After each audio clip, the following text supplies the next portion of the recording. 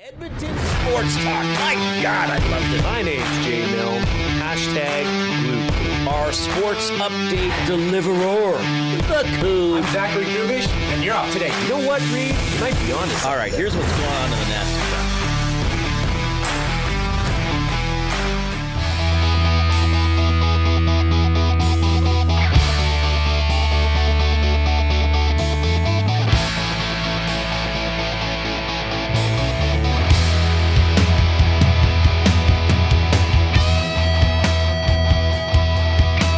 Oh, rouse Grandma from her slumber. We got a lot to cover this afternoon. Elks season opener tomorrow. Game 2 of the NBA Finals tonight. Game 2 of the Stanley Cup Final was a beauty with a little bit of controversy and some pouting afterwards.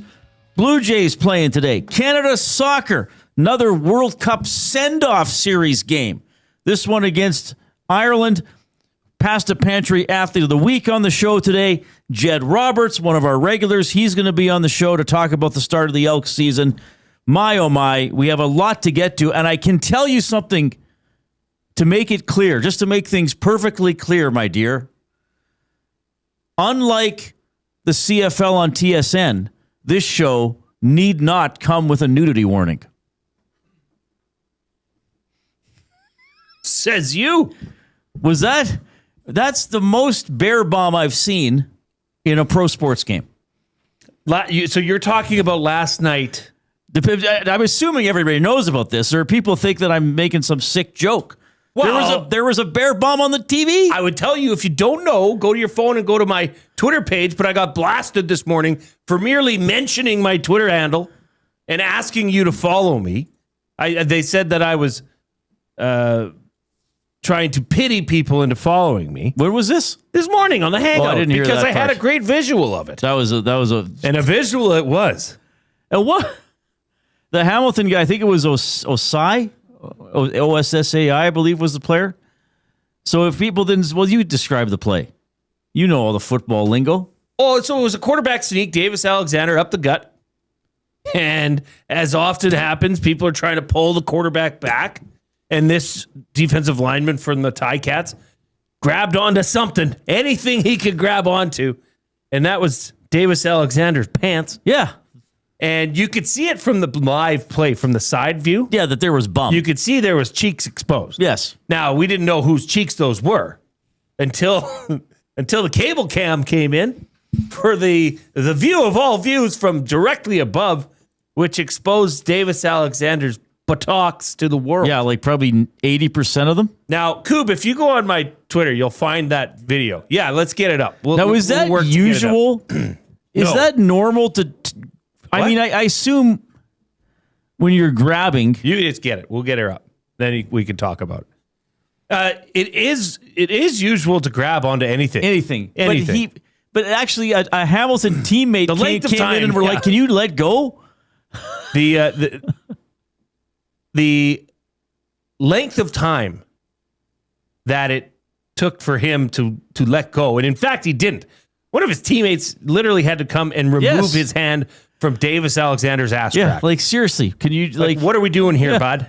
Now, to his credit, plays over. His face and mask were probably buried in the pile. So maybe he didn't know how far he had pulled down the pants. He thought maybe I got something here. Or shoulder pad, or I don't know what. But maybe he couldn't feel the coolness of David Alexander's bum cheeks on his knuckles through his gloves. Yeah. That was a shocking revelation. Great game. What a night last night. So first of all, it's game 2 of the Stanley Cup Final. That was an incredible hockey game, Jay. Now, okay, should I clarify that? That was an incredible final 15 minutes and overtime. Yeah, sure. Because during the second intermission, I was thinking, well, okay, not sure Carolina's going to get a scoring chance here. Right. And then, it switched around, and then we had the rally and the goalie review and the penalty, the power play goal off the review and the late goal and then the penalty in overtime and Tortorella. Let's face it, and we'll get more into this. Tortorella pouted after the game. This is why I get sick of this guy. I think he's a good hockey coach. I think his players probably love him most of the time. But he was being a jerk after the game. Short answers, pouting. Not even. I mean, he didn't even really directly answer the questions. He just said whatever he wanted. Well, we'll get into it more. Yeah, just But to, what if he's doing that to protect himself? so he doesn't go off. Yes. He's like, I From gotta protecting himself gotta watch my tongue here. From losing another draft pick and a substantial fine. Maybe that was the... Okay, let's meet in the middle here, Torts. From the Vegas Golden Knights management. Right, maybe. Maybe. But I still... And I know this came up earlier in the hangout, and somebody had suggested, that's what he wants.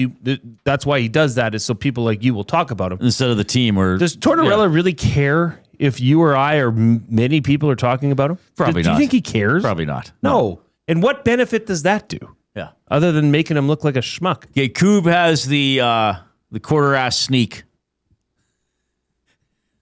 The quarterback sneak. So if you're on YouTube, there's the camera angle, high angle, and there's like, okay. Like, it's out. So what do football players wear under their pants? What did you wear? See, this is weird. He's wearing tights. You can see the tights. Oh, so this guy got 2 layers of clothing. No, but here's the thing, Reid, is now, like it used to be you'd have a football belt that you'd cinch up so that something like this didn't happen. Because it's quite often that you're tangled up and your pants are getting tugged at. And so what did you wear underneath your football pants as a Golden Bear? Tights, green tights. I still have them. Okay. I wear them under my So would you gear. wear conventional underwear? No, you wear a jock. Okay. A jock strap. No, so apparently he doesn't. Apparently he doesn't. He's probably just wearing like compression shorts. Okay, so what was the order in which you would have things on? Starting from your bare skin out. This is so awkward. Jock strap. Okay. First. So the unit's right in there. Okay. Yeah, everything's there and comforted. Tights. Okay. Sometimes if it was cool, I'd put compression shorts on and then the tights. These tights actually came from the Eskimos. Okay. Of old days. Dwayne Mandrusiak hooked us up with a bunch of them. Okay. And then I would tape my tights up.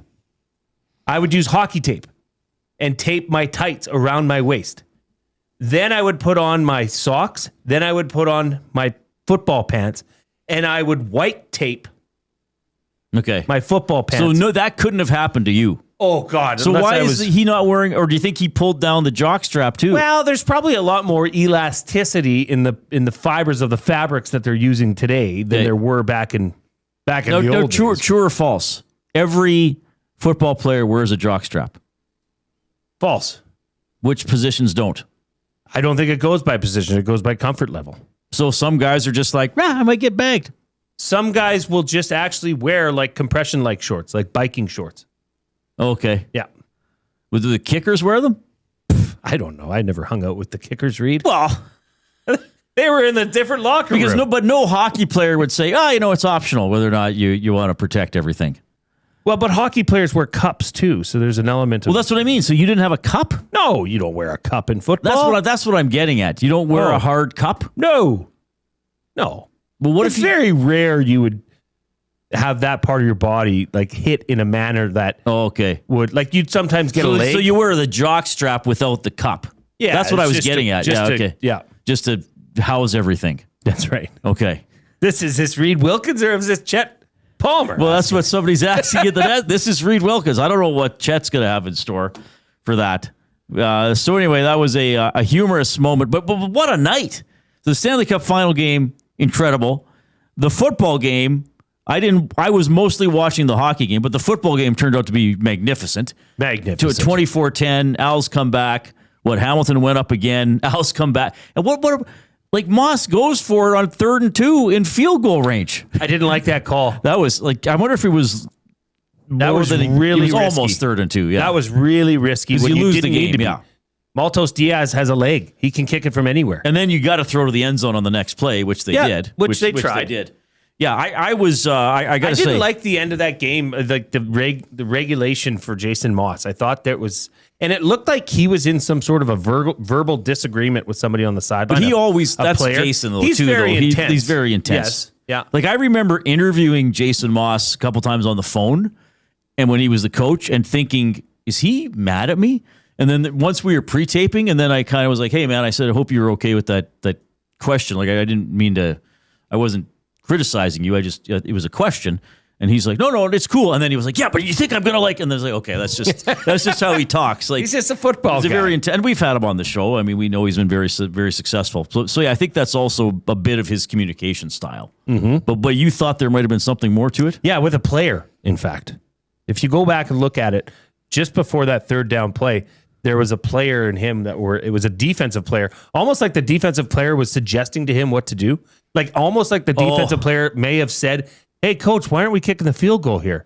And he was not happy about it. Oh, okay. That was kind of what I thought, which is kind of normal depending on your relationship with the player. Worked out for the Owls. Local guy and friend of the show, Justin Lawrence, was injured in that game, left in the first time. I haven't seen an update on him, but hopefully he's okay. I know he missed a few games last year, injured as well. But I mean, last night, flipping channels, I was fired up for Gemco Fireplaces, proudly serving Edmonton and area for 45 years. The authorized dealer for Napoleon Fireplaces. Whether it's gas or wood burning, look no further than Canadian-made Napoleon Fireplaces. All the Napoleon products you need are available at Gemco, 9281 50th Street. I even flipped to the Blue Jays game.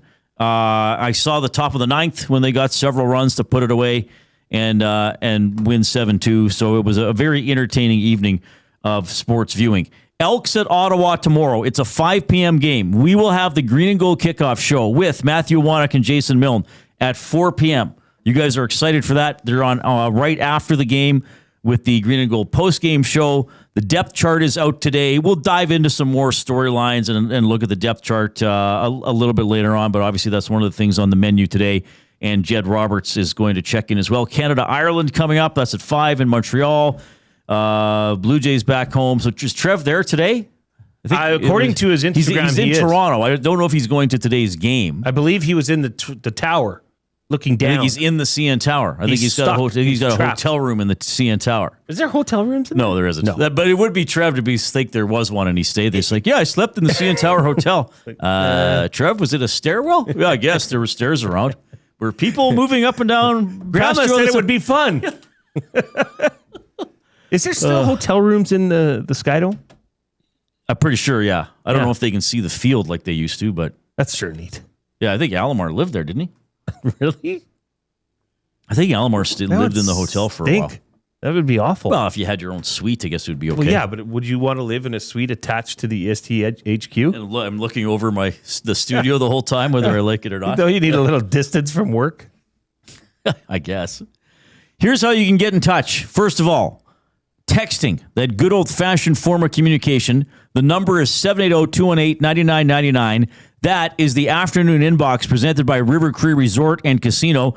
Don't forget about the big special at Tap 25, 50% off the entire menu, 7 days a week from 2 to 5 p.m. That's going on right now, rivercreeresort.com. You can listen to us on iHeartRadio, TuneIn Radio. Those are excellent streaming apps. Make us a favorite. Make us a preset.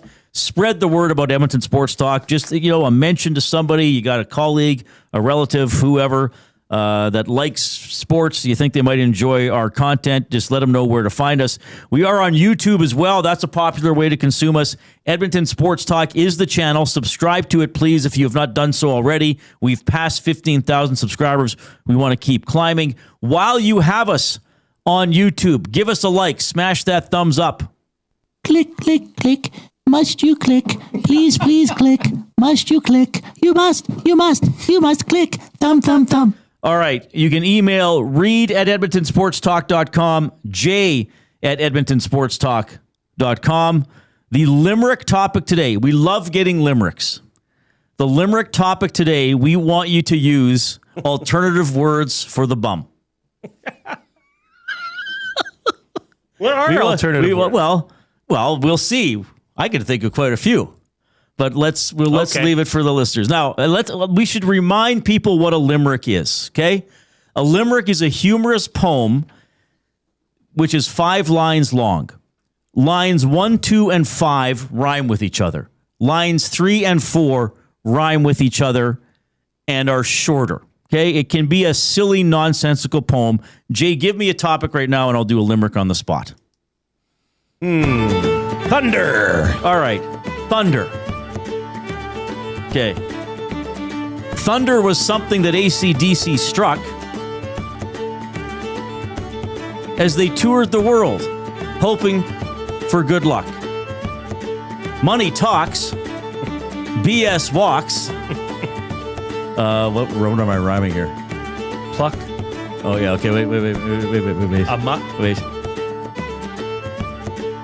Those who about to rock will be struck. No, I used struck twice. Will those who about to rock never pass the buck. Ah, there it is. So something like that. Good work. But we want your buttocks referenced limericks today. It's Friday. We can be a little naughty going into the weekend. Can we ask a special Friday request here? I ain't gonna stop you, baby. Because I got news for everybody. I'm sticking around. I'm not leaving. Flag football's been canceled tonight. Oh yes, you're here to the So end I'm of here the show. till 6. Can we get to 100 thumbs? Let's just bang, bang, boom. Yeah, like this. I don't know. We got enough people. Like if Give you us a all thumbs just up. hit it, it's over. Like, it's done but with. we know what happens in this market and with this fan base. The Oilers aren't playing, so as a listener, I don't have to be as engaged. We still have people listening. We still have fine audience numbers, but something is like, oh, what's the point of giving a thumbs up? Yeah. Okay, you know what? The Elks, The are Elks play playing tomorrow. The Elks are playing tomorrow. Yeah. We got great Elks coverage on this station. We got the Mark Killam show every Tuesday at 5 right here as part of this program. Fantastic. Like, we like getting the thumbs up, and it does help build our algorithm on YouTube. You know, every little bit helps. So we'd love a 100 thumb show because we've been having some where it's like the ratings have been almost as high as Oilers playoff season, and the thumbs are like half. Like it's not an equal thing. In the words of Britney Spears, hit me, baby, one more time. That's exactly what she meant. Reid, I was waiting for this to pop up, but your limerick is being, I guess, reviewed by Kelvin Van Dazzler. Did I misrhyme This is something? a little wordy of the second line. Now you're look, I'm doing it. I do it in 5 seconds. Generally, you're not too critical of the first and second and fifth line being over wordy. It's the third and fourth. What was my limerick? AC/DC. No, Thunder was something AC/DC struck. Mm-hmm. They toured the world hoping for luck or something like that. Yeah, it might have been a little long. but it was the third and fourth lines that were really good. Money talks, BS walks. Those about to rock never pass the buck. Is it a On perfect the limerick? spot, No. For pretty good. 7 seconds prep, I think it's pretty good. Let's get to the afternoon headlines presented by 100.3 The Bear. Edmonton's best rock. Stream them on iHeart today. This is Chet Palmer with your sports report. The French Falcons came back to win the Canadian Pigskin Lid Lifter. That was a big surprise. After that one quarterback sneak, I thought they were going to crack. That hockey game had more twists and turns than an episode of Columbo. Hey, Jason Milne, is that Falk in your pocket, or are you just happy to see me? Canada playing Ireland in soccer. Hey, is there a pot of gold at the end of the game? I'm Chet Palmer. All right, what's a Falk? Columbo. Who's that? Peter Falk played Columbo. Peter Falk. Peter Falk played Columbo. Chet made a reference you weren't sure about. I gotta be honest here. I don't know that was Peter Falk. Peter Falk was the actor. What would Peter Falk be doing in my pocket, Chet? Chet's grabbed his hat and he's gone. Columbo was on air probably before you were born.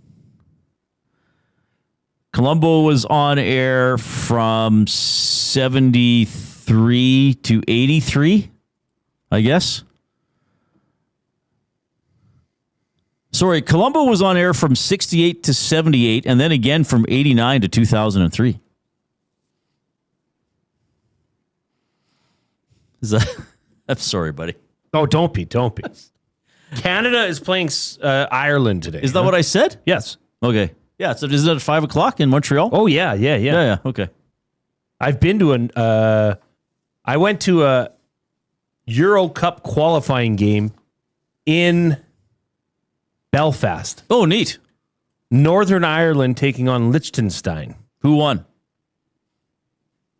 Liechtenstein, Oh, I believe. Too bad. It was a crazy crowd. Yeah? What happened?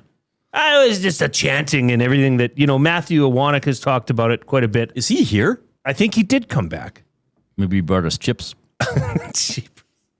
But just the chanting at players and all that was very orchestrated, very well done. Let's get to the off-topic topic. Oh, by the way, Coop is here. Hey, Coop. Hi, Reid. Hi, Jay. Hi, Coop. Our off-topic topic for William Huff since 1952. William Huff has provided industry-leading advertising solutions for thousands of valued clients. Their unparalleled customer service combined with decades of industry expertise and a desire to make every job the very best can be is what they call the William Huff Advantage. Visit their website, williamhuff.com. Give them a shout, 780-454-4536. Okay, off-topic topic for today. Where did this come from? We were talking about the Chicago Bears relocating to Indiana. It sounds grand. It sounds, oh my gosh. I mean, I saw the governor of the state of Indiana say, welcome to Hoosier Country, Bears. Well, it turns out it's like a 40-minute drive from Chicago to where this new stadium will be. Just got a liver. Okay. Do you want to go? The Tube Socks one, we got to do it. Sorry. Well, no. Go ahead. I haven't seen it yet. There was once a gent from St. Paul who suffered a wardrobe downfall. With a tear and a jerk, out popped his aftworks to the delight and dismay of them all. Aftworks? His aftworks. Okay. I did not see that one coming. His aftworks. Okay. So anyway, yes, the Chicago Bears are moving to Indiana. Yeah. So then we were talking about the Chicago Bears, and this is where today's off-topic topic for our good friends over at William Huff originated. Misleading sports team names. Okay. Like the Chicago Bears. Like I get it. A bear is like a team name, but they won't be in Chicago anymore. Technically, they'll be in another state. It would. I mean, if you go to Levi's Stadium in Santa Clara, although they're called the San Francisco 49ers, it's like an hour-long drive to get to Santa Clara. Well, I did nicknames as well. I have a couple. Okay, well, why don't we go tit for tat, Reid? You go first, and then I'll go second. Well, the LA Lakers. Sure. I mean, I bring this up all the time. They were called the Minneapolis Lakers because Minnesota's the state of 10,000 lakes. Right. They didn't change the name when they went to the city that's on the ocean and that wouldn't be known for its lakefronts or its lakes. Imagine if they were the LA Oceans. Lakers. They should have been the LA Oceans. It would make more sense. Well, in that same vein, Reid, the Utah Jazz. That's a good one. Who were formerly the New Orleans Jazz, which was very appropriate. Yes. But when they relocated in 1979, the Utah stuck with the Yaz. I'm sure there's a good jazz festival in Utah, but it didn't really. Are you actually sure? Well, maybe I shouldn't be. What about this, Reid? The Scottsdale Community College Fighting Artichokes. Oh, that's a good one. That is seriously their name, and they seriously have an artichoke as their mascot. Do you know how this happened? How this came about? I don't know. They were voting on a renaming of the team in the 1970s, and as some form of a protest, this started gaining traction. Remember it was Bodie McBoatface or whatever for the Canadian or the Navy, something like that. Yeah, something like that. Well, that's what happened. They all voted on the Fighting Artichokes, so they've stuck with it. I also wrote down from the English Premier League, West Ham United. Wait, where's the ham? Oh, Do they have a pig mascot? Do they serve ham? I've never seen anything like that. maybe that's their specialty food. Like West Ham United. I'm thinking, oh, great. What is this? They named after, are they in a pork Porky. town? The pork district? Well, and one for me, we're in action yesterday, the Tiger Cats. Now, it's not misleading, but why double up? Isn't a tiger a cat? That's an interesting one. Why are you saying the I've never thought of that. It's excessive. Yeah. Yeah, it's too much. It's completely redundant. They just call them, they were the Hamilton Tigers, I think, at one point. Just so go does with somebody that. think like, no, we need to clarify. Well, We're yeah, not should it be the tiger donkeys. No. Or there's tiger shrimp, aren't there? I guess. tiger Maybe that's sharks Oh, are there a are thing tiger as well, sharks, yeah. right? Well, I mean, why not the BC Lions? Why don't they go the Lion Felines? BC Lion cats. What about the Syracuse Orange? Well, they're orange. They're just orange. That is lamest name. I mean, I guess that is not misleading, but it's extremely lame. That was the university's color that was chosen in 1890.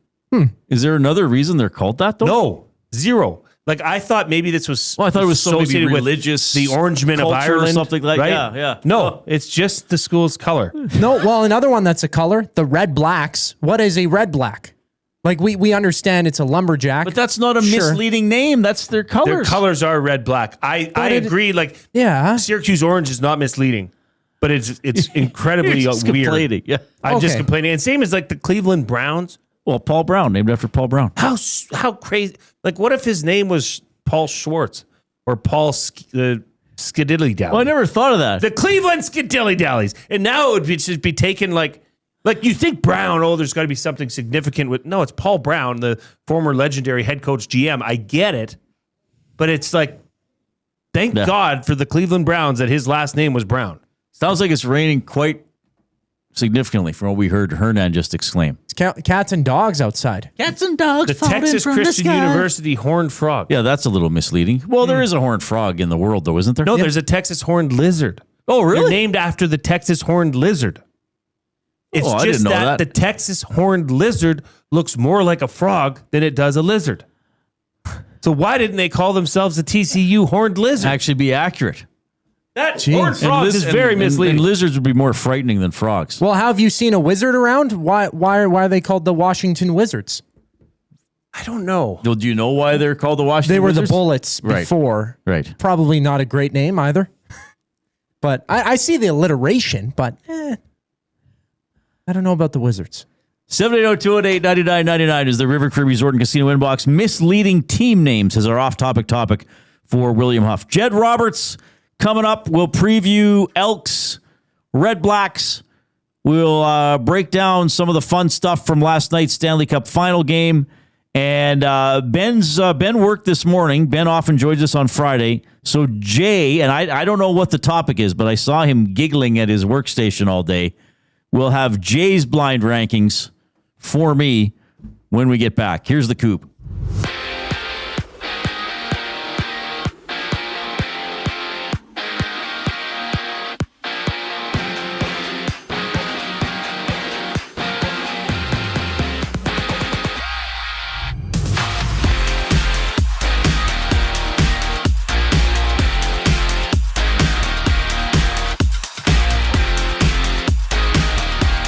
The Green and Gold are in action, opening their season tomorrow on the road against the Red Blacks. For the game, Ottawa has rolled out starting running back Greg Bell with neck stiffness. Tonight, it's the Stampeders Bombers, 7 o'clock. Vernon Adams Jr. starts for Calgary. Zach Hilaros for Winnipeg. And down south, the Spurs and Knicks battle for Game 2 of the NBA Finals. San Antonio looking to get the split at home. Tip-off scheduled for 6:30 MLB action. Toronto-Baltimore begin a 3-game set. Just after 5 o'clock, Trey Savage on the bump for the Jays. Brandon Young there for the Orioles. Right now, the Giants and Cubs in action.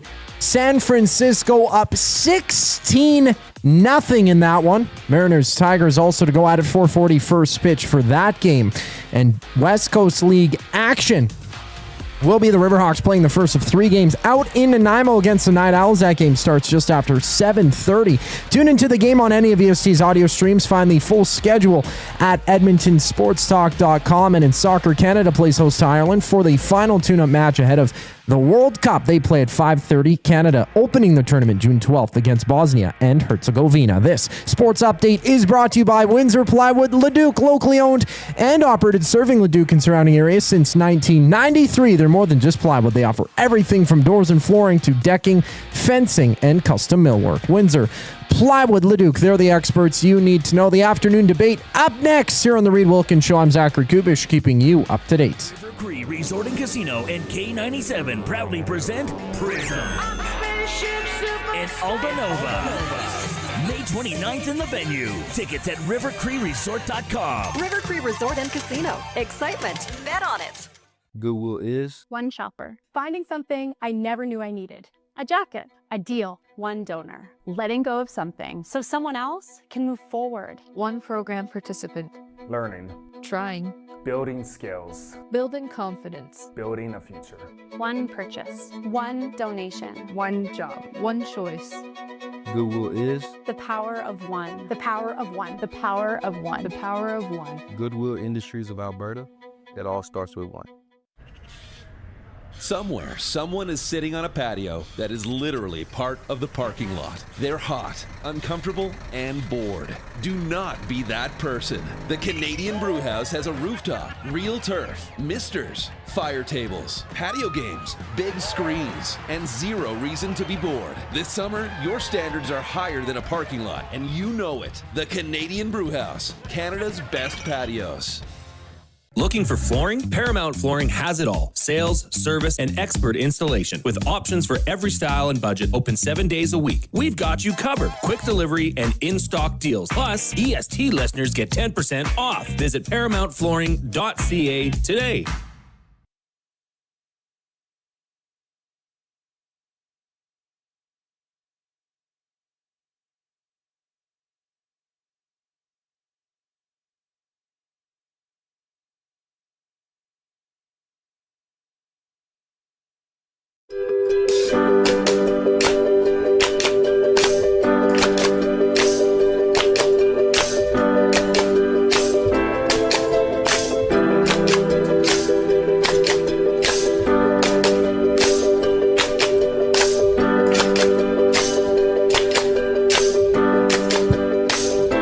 All right, good to have you tuning in this afternoon. Jason Milne, Reid Wilkins, 3 to 6 p.m. every weekday here on Edmonton Sports Talk. Portions of this hour presented by Commonwealth Stadium. Get your game face ready, Edmonton. The Edmonton Elks are back at Commonwealth Stadium for another electrifying CFL season. Experience the action live at Canada's largest outdoor stadium.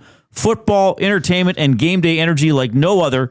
Grab your tickets now at goelks.com. Don't miss a moment. So the Elks away tomorrow, then a bye week, and then a home game at Commonwealth on the 20th. What did I do?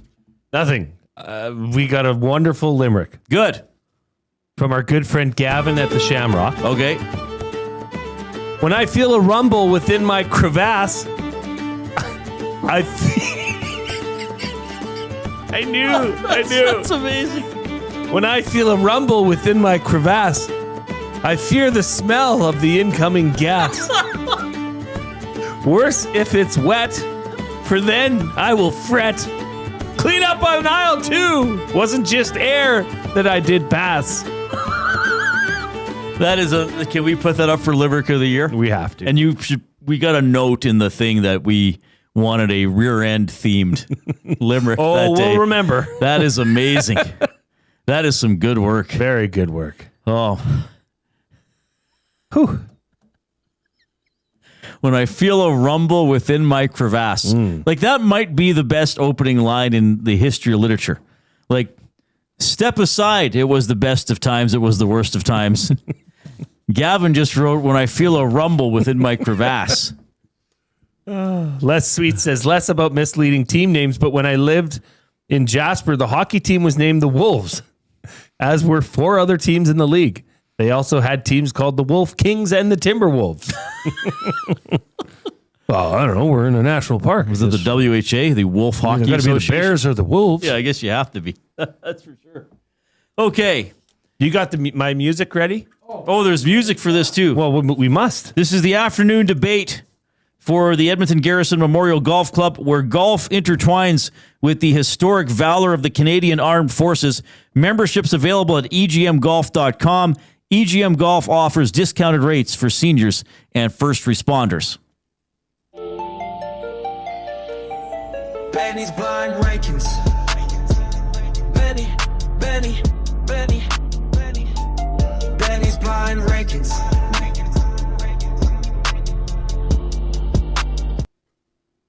All right. We got to get a round booked out at the Garrison, you and I. Yeah, I have not golfed yet this summer. I was hoping to golf at least once in May. I failed. Neither have I. Okay, Reid.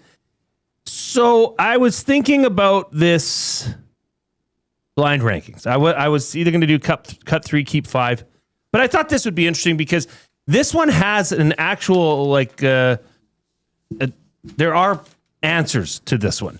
So when you rank this, I will be able to tell you how well you actually did. at the end, there's actually a proper I have numerical data and okay, statistics and all that fun stuff. Okay. So here's what I want you to rank, Reid.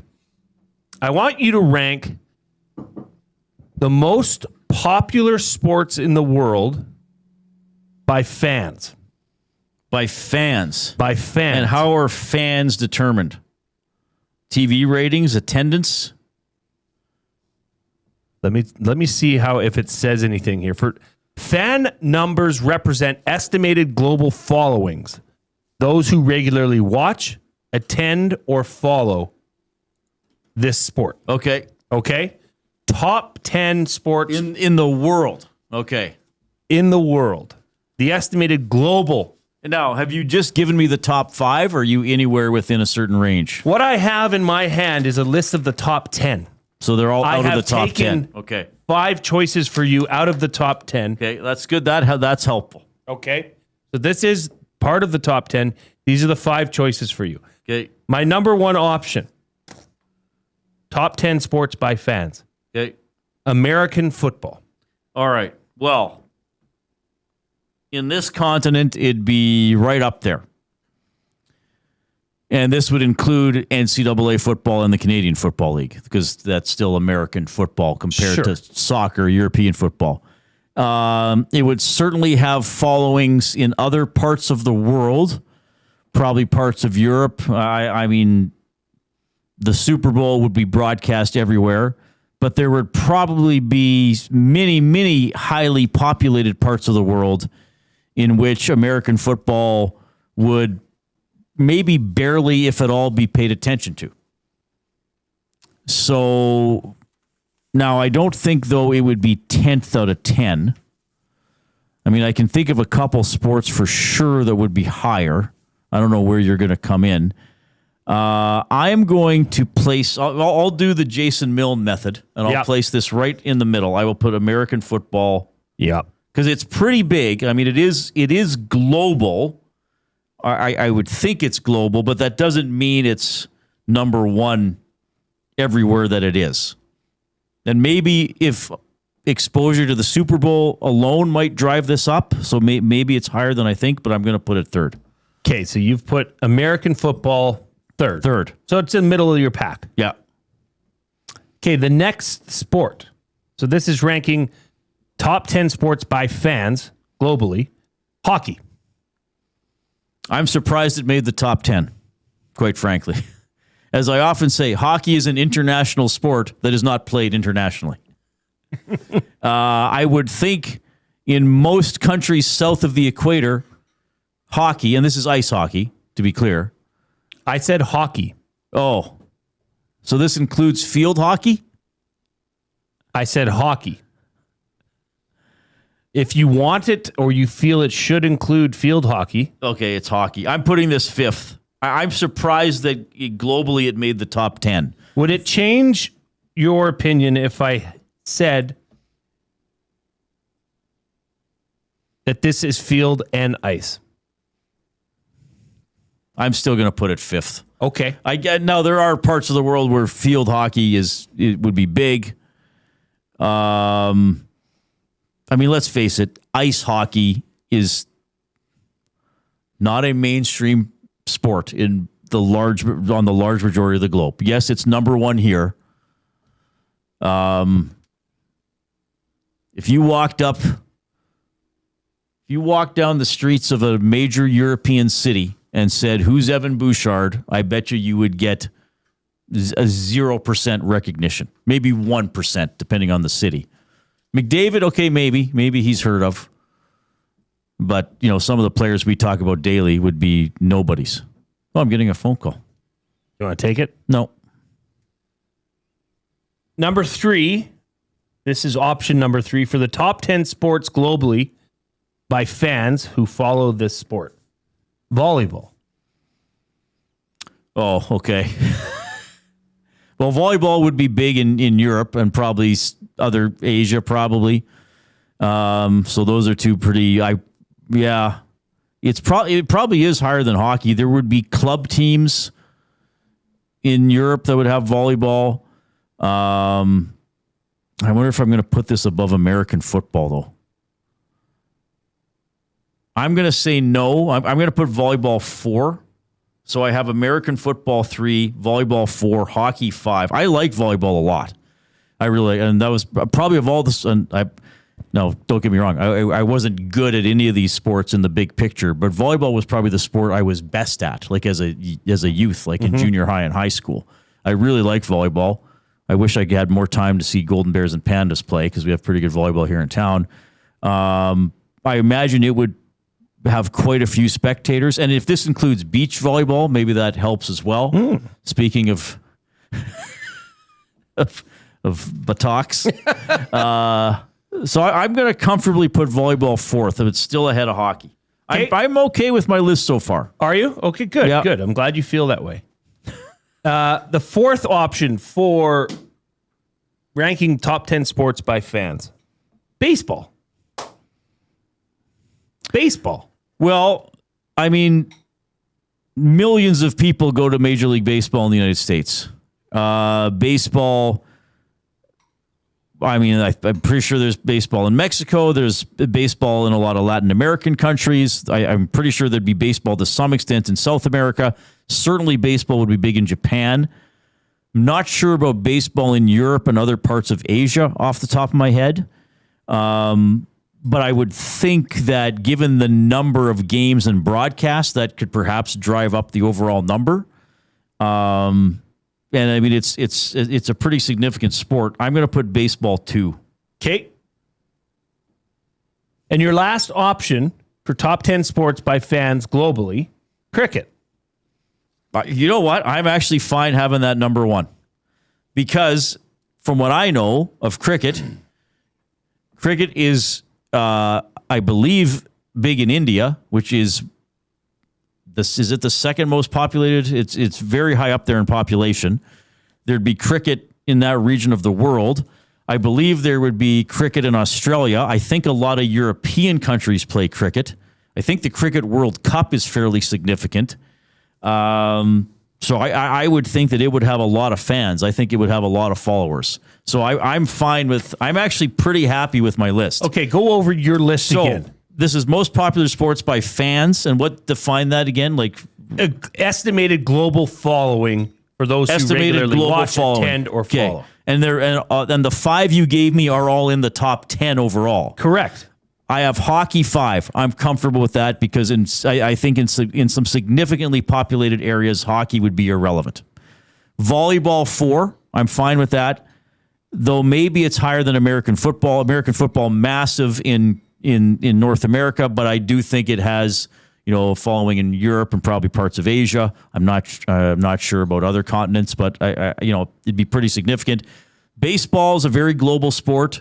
A lot of different nationalities and I think probably ethnic groups would play it. So that's big.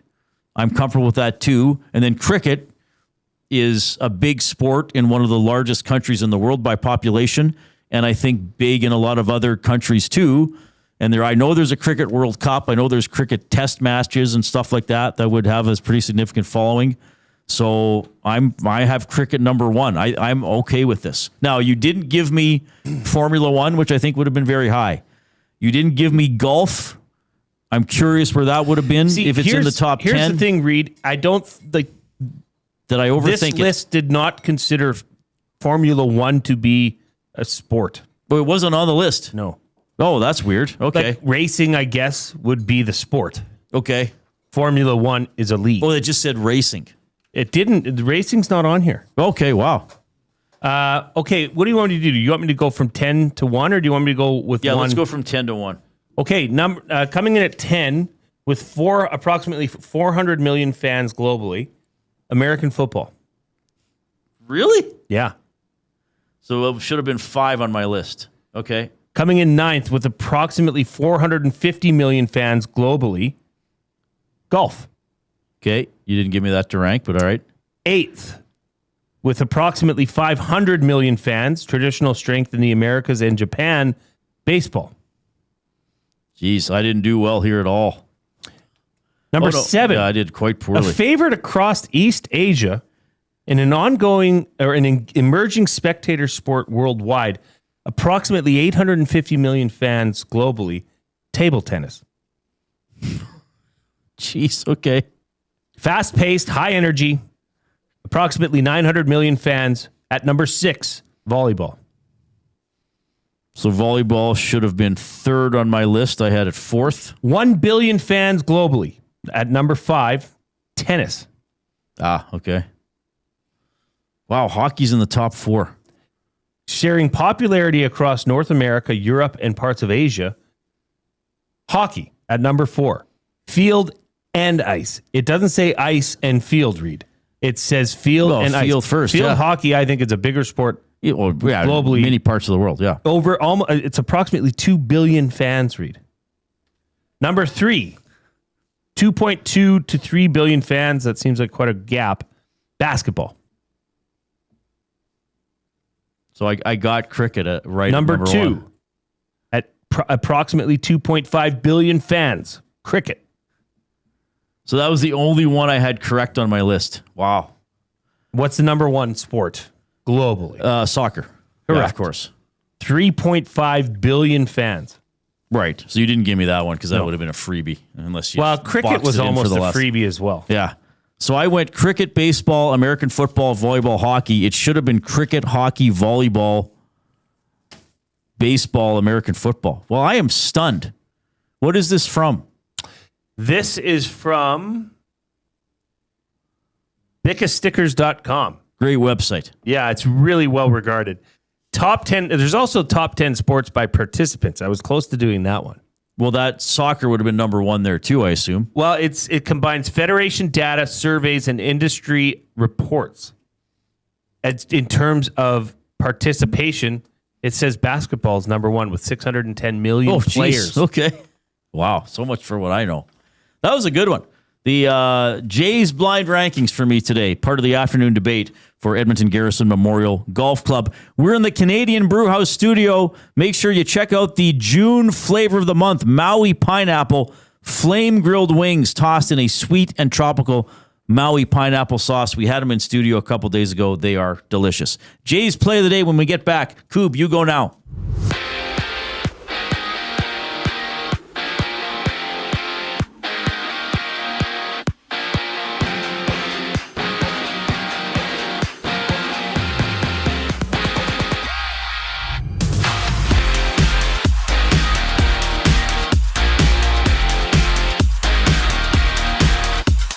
Tomorrow's the Elks season opener on the road against the REDBLACKS. For the game, Ottawa has ruled out starting running back Greg Bell with neck stiffness, and tonight it's the Stampeders Bombers at 7 o'clock. Vernon Adams Jr. starts for Calgary. Zach Caleros goes for Winnipeg.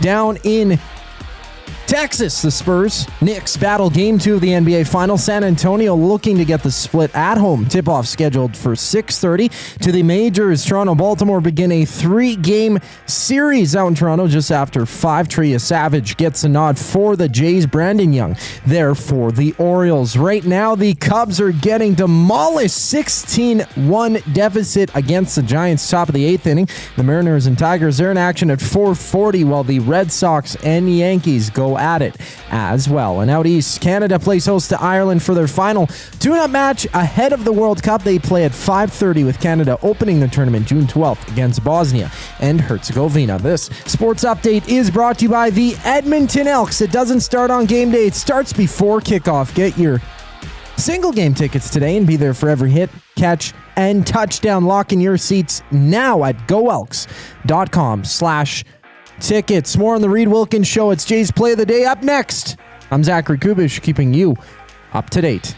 The Lock Shop. First number that jumped out to me was getting the Elks at plus 3.5. That's actually come down to 3 now, but I think there's a lot of people that are just still are waiting for the Elks to do it, as opposed to assuming that they will, because frankly, we have had similar conversations over the last couple of years, but I think the team is far more in a good position to take a step forward this year.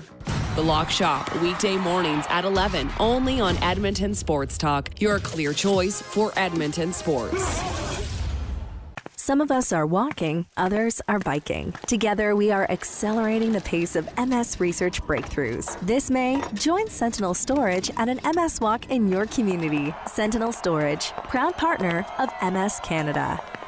At Firehouse Subs, our subs are freshly toasted, stacked high, and crafted to satisfy. Each sub is piled high with premium meats, melty cheese, and toasted to perfection. Firehouse Subs brings bold flavor to every bite, all served on a freshly toasted roll. But we're not just feeding Edmonton, we're fueling it. Dig into the brisket hat trick, piled with slow-smoked brisket and melty cheese. Or go to the Firehouse Subs fan favorite, the Hook and Ladder. Made to order with smoked turkey, honey ham, and Monterey Jack cheese on a perfectly toasted roll. With 15 Firehouse Sub locations across Edmonton and the greater area, it's easy to grab a hot and hearty sub close to home. Firehouse Subs. Hot, hearty, made to satisfy. River Cree Resort and Casino and K97 proudly present Prism and Aldanova. May 29th in the venue. Tickets at rivercreeresort.com. River Cree Resort and Casino. Excitement. Bet on it. Goodwill is One shopper. Finding something I never knew I needed. A jacket. A deal. One donor. Letting go of something so someone else can move forward. One program participant. Learning. Trying. Building skills. Building confidence. Building a future. One purchase. One donation. One job. One choice. Goodwill is The power of one. The power of one. The power of one. The power of one. Goodwill Industries of Alberta. It all starts with one. Somewhere, someone is sitting on a patio that is literally part of the parking lot. They're hot, uncomfortable, and bored. Do not be that person. The Canadian Brewhouse has a rooftop, real turf, misters, fire tables, patio games, big screens, and zero reason to be bored. This summer, your standards are higher than a parking lot, and you know it. The Canadian Brewhouse, Canada's best patios. Looking for flooring? Paramount Flooring has it all. Sales, service, and expert installation. With options for every style and budget, open 7 days a week. We've got you covered. Quick delivery and in-stock deals. Plus, EST listeners get 10% off. Visit ParamountFlooring.ca today.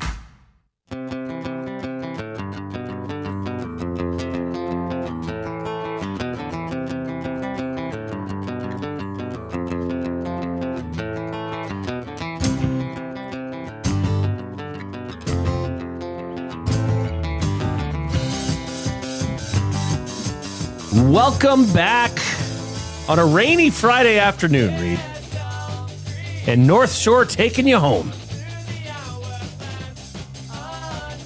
This is my beautiful goodbye. Is this you mixed with yourself? Because nobody did backing vocals. I did the vocals, You did which is everything. quite common, I believe. Yeah. You sound great, buddy. Powerful chorus in this song. Powerful. Quite the effects on the guitar here. Who mixed this?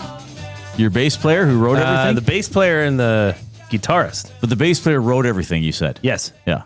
He wrote the music and the lyrics. Everything. So it's really his soul being poured out, not yours. Correct. So did you ever I was have to merely be a vessel. Did you ever have to be, what was his name again? Randy? Robbie. Did you have to be Robbie? What are you singing about? Like, how do I need to be feeling for this? I didn't care. Because he could have been like, hey, Jay, like this song is about heartbreak. You gotta, like, I was devastated when I was writing about a devastating experience. You're too upbeat when you're singing it. Yeah, I'd say that never happened. Too bad, loser. It's my interpretation, brah. A couple limericks have come in here. Oh, good. We're going to get to box number in the River Cree Resort and Casino win box 780-218-9999. He's written a limerick about Jasmine. Well, okay. So that's hopefully not tied into our theme. Oh, it is. Okay. It is. Jasmine is a nasty with class. She really likes raising a glass. But if you disagree, you're now her enemy. And she's going to be kicking your ass. Oh, wow. Okay. I don't know if Jasmine's listening today, but that's good. And when this one came in from our dearest Mex Bezozu. Uh-oh. A massive snake once traveled to Rajasthan. It was in search for a snack fit for a can. For Khan, I think. Khan. Is it Rajasthan? Probably. Okay. Yeah. A massive snake once traveled to Rajasthan. It was in search for a snack fit for a con. Only had Indian bread, wanted rolls instead. Anaconda don't want nan unless you got buns, hon.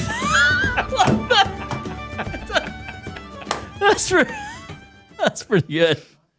Very weird. Anaconda don't want nan unless you got buns, hon. Sort of, yeah. We know what he's going for. Well, we have some creative people today. Hope you're having a great Friday. Is it still raining here? It might have stopped here. It is still raining. It is still pouring. Somebody said, Les says, storm seems to have blown over. We had no hail here. I don't know where Les is. But okay, maybe it's moving through already. But yeah, we were hearing thunder leading into the show. And when we looked out, when we were actually talking to Awanuk before it became on air, it was pouring. Yes. It was absolutely, was that at 3:20? Yeah, might have been on our first commercial break. All right. Jay, I hope this is all you with the ideas this hour. Here we go. It's Jay, it's play, he's Jay, it's today. It's Jay's play of the day. It's Jay's play of the day. Jay's play of the day. Presented by Play Alberta. When you bet with Play Alberta, you give back to Alberta. That's because it's the only app in the province that puts all revenue directly back into supporting programs and services that Albertans rely on every day. So next time you place a wager on your favorite team, know that you're also making a difference across the province through Alberta's General Revenue Fund. Visit playalberta.ca/EST to learn more. You have to be 18 and older to play. And if you gamble, use your game sense. All right. I see that, Canada is playing Ireland today, right? In a friendly? A little over an hour. Ireland didn't qualify for the World Cup. Is that normal? Yeah, you could play it just doesn't matter. Games you against just need a tune-up. Okay. Jay's play of the day. Were they the ones that lost to Bosnia? No, that was Italy. That was, yeah. Ireland lost to Czechia. Okay. Jay's play of the day. We're going to go to the NBA Finals, Game 2 tonight. New York, San Antonio Spurs. New York is a 6-point underdog. Even though they came back and handled that game, took Game 1, the odds still suggest that San Antonio is the favorites here. I'm flat out going to say it. I don't see it. Matthew Wannock made a good point. He said if San Antonio wins, he believes it'll be a blowout. I think this is going to be a close game. I think New York can also win this game. So I took New York +6. Okay, so they can lose by 5 points. New York +6 and the match total to go over 216 points. That has been boosted. No, it was under. It was under. Was it 199 last game? It was under last game, but neither team was shooting all that well. I don't expect that trend to continue. I believe this will go over, and I think New York can cover the spread. So that has been boosted to +235 over at playalberta.ca. Click on sports, click on ESC specials. You'll also see Jay's CFL/NBA play of the day. Whoa, titillating. Well, we did the double over last night in the hockey game and the CFL season opener, right? And it worked. So we're trying to run it back here. Blue Bombers, Stamps, 48 or more points. And New York, San Antonio Spurs, 216 or more points. That has been boosted to +265. All right. And Jasmine texted something in. Oh, I got to go to the page here. Hang on. So Jasmine and I teamed up for a play on Wednesday for Game 1 of the NBA Finals. And we did another one today. Jasmine kind of took hold of this one. I don't think she used any of my suggestions. Wembanyama, over 19.5 points. Brunson under 29.5. Towns under 19.5 points. Towns over 7.5 rebounds. And Castle over 4.5 rebounds. This is boosted to basically 3 1/3 to 1. 10 to 3, I guess, right? If you do it that way. If you're looking at fractional, it would be 23 to 10. 23 to 10. There we go. So that one's kind of fun. Yeah, there's lots of different plays. Combines a lot of different players, so why not? There's a couple CFL plays. There's still a play up there and this is a good one. If you feel the Elks are going to keep it close and win tomorrow, this line has been going down all week. That is the Elks money line.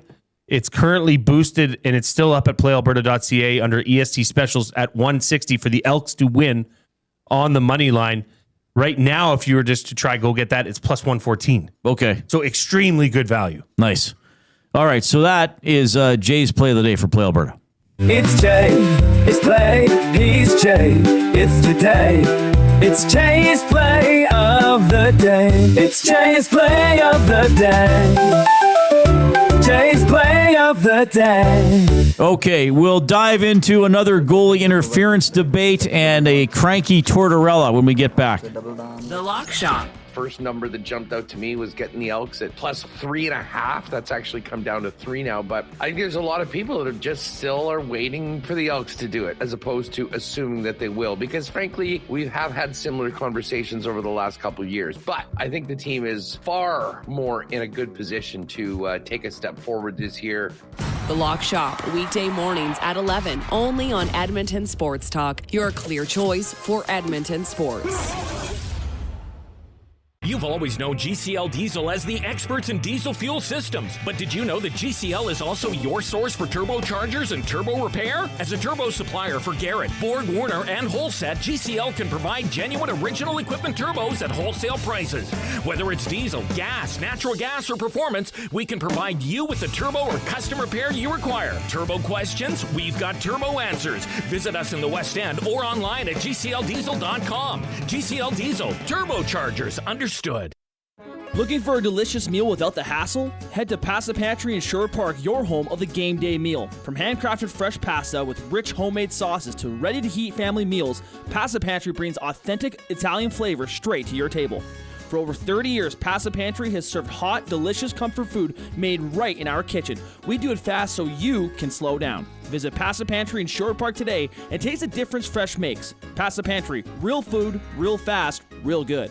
Worksite ready, Western tough. Lamley's Workwear is calling all tradespeople, oil and gas crews, construction workers, farmers, and hard-working Canadians. Built for the job with quality craftsmanship, job site protection, and cowboy-worthy durability. Trusted brands like Airy at Work and Wrangler Rigs, designed for performance and all-day comfort on the toughest sites. No matter the season, Lamley's has the workwear you need. Shop the full range now at lamleys.com/work. LAMMLES. Time for a new career in 2026? Or maybe your kid is still pondering their path. Good news! Weiss Johnson is hiring. It's Dennis, and not only are we hiring for heating and air conditioning, we're also looking for experienced plumbers and gas fitters. With the growth in residential development, there's no shortage of opportunities at Weiss Johnson. Choose your path with us. Learn from one of the industry leaders, and we will grow together. Receive great benefits and school reimbursement as well. Visit weiss-johnson.com today.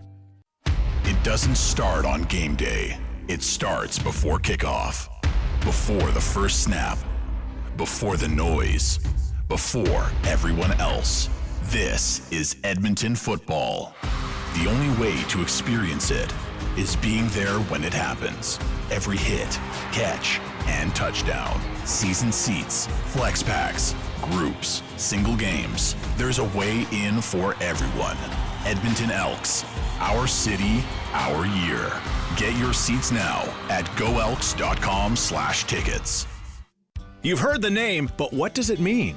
For over 66 years, William Huff Advertising has supplied signage from screen printing to digital to LED with design, production, and install in-house. It's a one-stop shop for all your signage needs. Edmonton owned and operated, William Huff has been trusted by the biggest companies and teams in the City of Champions and many others across the country to do the job. If you're looking for a way to get the word out about your company or event, they are the answer. Go to www.williamhuff.com. Their results speak for themselves.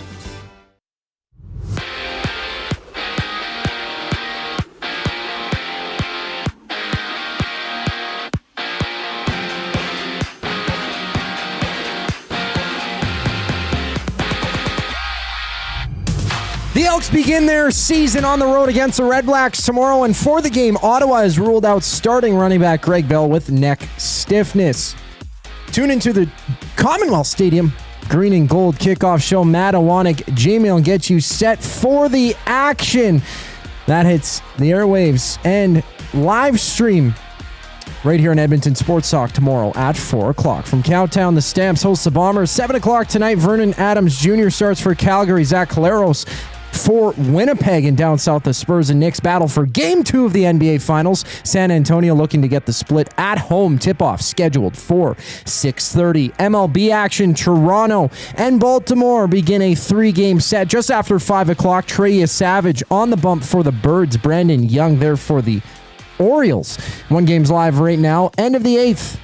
Giants up 16-3 on the Cubs. And out East Canada, they play host to Ireland for the final tune-up match ahead of the World Cup. They play at 5:30 Canada, opening the tournament June 12th against Bosnia and Herzegovina. I'm Zachary Kubish. That was your sports update. Hour 2 of the Reid Wilkins Show starts right now.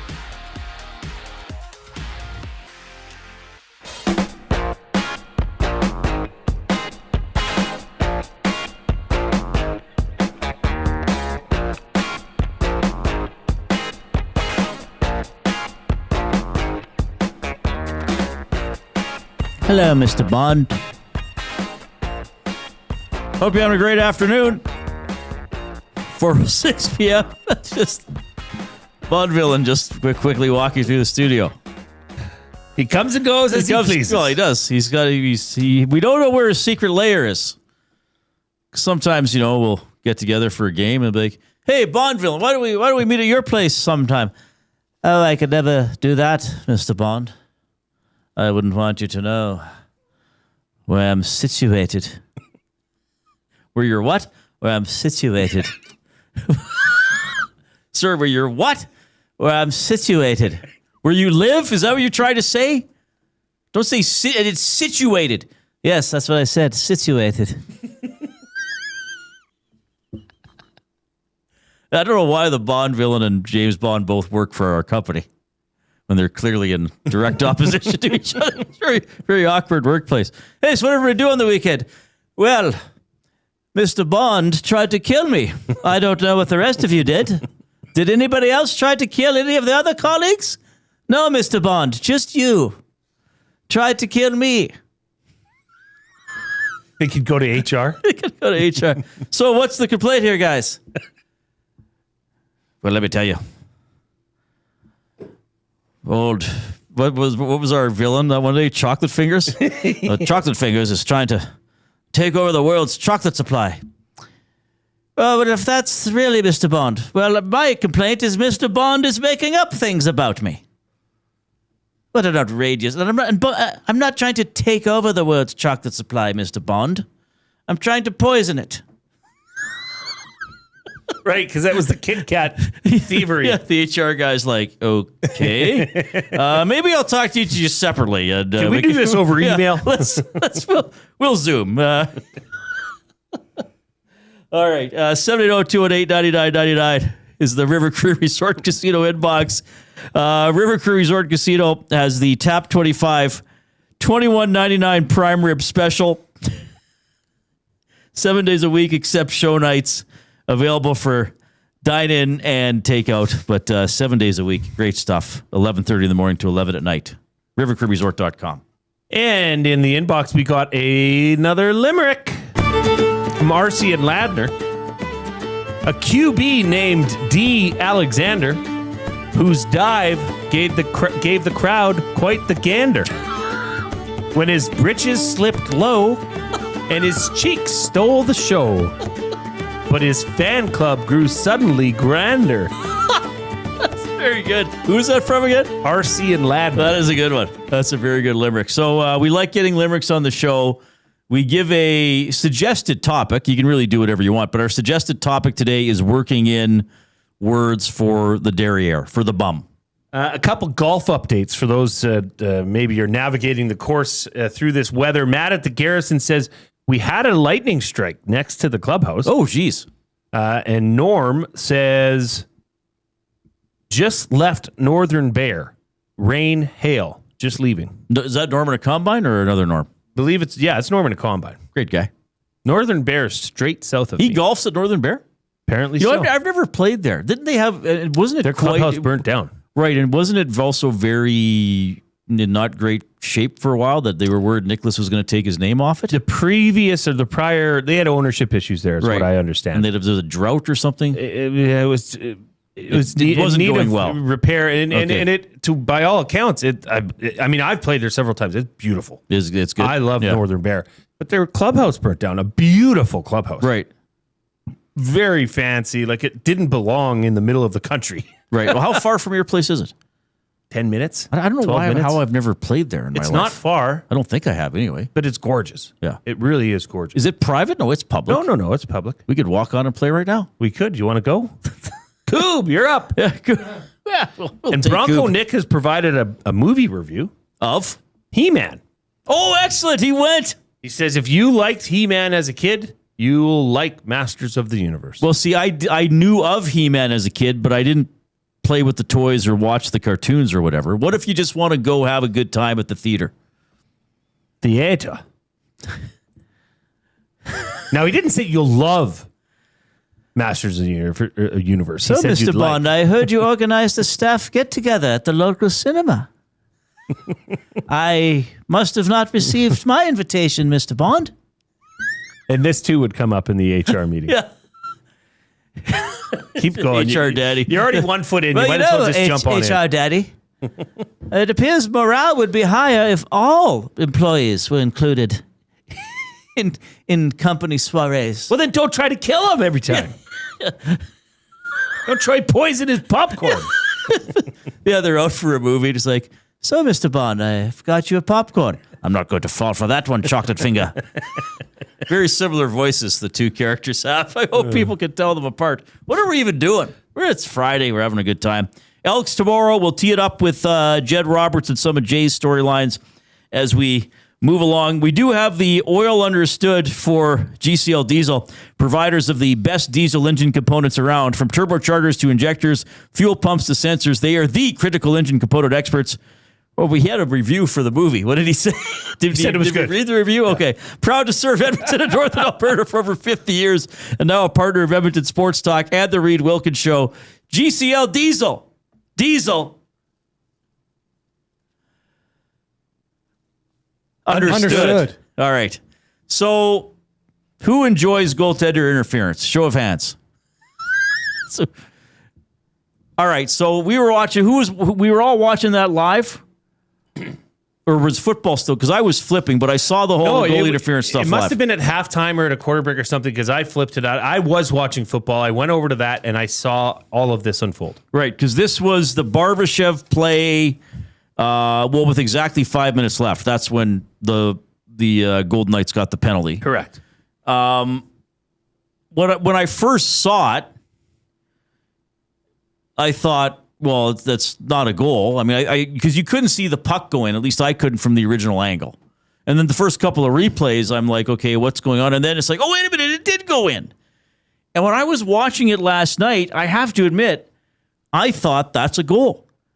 Because offensive players are allowed to get the puck, right? And there can be incidental contact. So if a player is slapping at the puck and not like there's jostling of the goaltender or something, that's actually fine. But you can't. You said something there. If the player is jostling at the puck, right, that is fine. Like a player that hits the puck and pushes the goaltender's pad with it, the player makes contact with the puck first. That has been deemed as a good goal in the past. Yes. Okay, but here's the difference. Like, that puck was underneath Anderson's glove when he stabbed at it. Yeah. It was in his glove, like he had covered it. And then you could see from that angle, we watched it. He, crumples Anderson's glove, stabbing at the puck when it is already in possession of Anderson. Now, possession, I understand. Did he stop it? Did he freeze it? I don't know. Hey, maybe that's why the ref blew the play dead. But this is what surprises me, was that they didn't announce the play was over. They announced no goal for goalie interference. Because if the ref says, hey, I lost sight of the puck, in my mind, the play is over. And we know that's a rule. The play is not over when the whistle ends. When the whistle goes. The play is over when the referee thought the play was over. Now, there's also a continuation rule where if the referee blows the whistle, but then the puck was actually loose and was going to go in anyway, they can't allow a goal. But that's why I was surprised that he didn't just say, hey, the puck was under the goalie. I ruled it a dead play at that moment. Even forget about when the whistle went. So then when there's a goalie interference call, then Tortorella can challenge it, and he loses the challenge. Here's what Tortorella said after the game. Oh, sorry. I saw a loose puck in front of Freddie. Our player stabbed it, didn't move the goalie, and it goes through him and to the other side. I'd challenge it 10 out of 10 times. You know what? So would I. I think that was a good challenge. Like, I've seen these headlines like Tortorella's disastrous challenge, the Golden Knights' stupid challenge. I think that was a good challenge. I think in that situation, 5 minutes left in the game, you've blown the lead.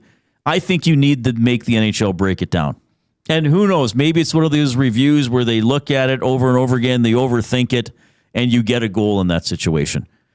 Usually, like odds are, even when you're shorthanded, I mean, odds are you're going to kill it off. I don't mind him trusting his PK. Nope. That ultimately wasn't the game-winning goal that they allowed while shorthanded. Does he challenge that goal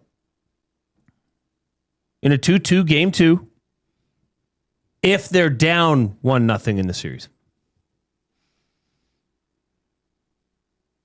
Oh, that's a really good question.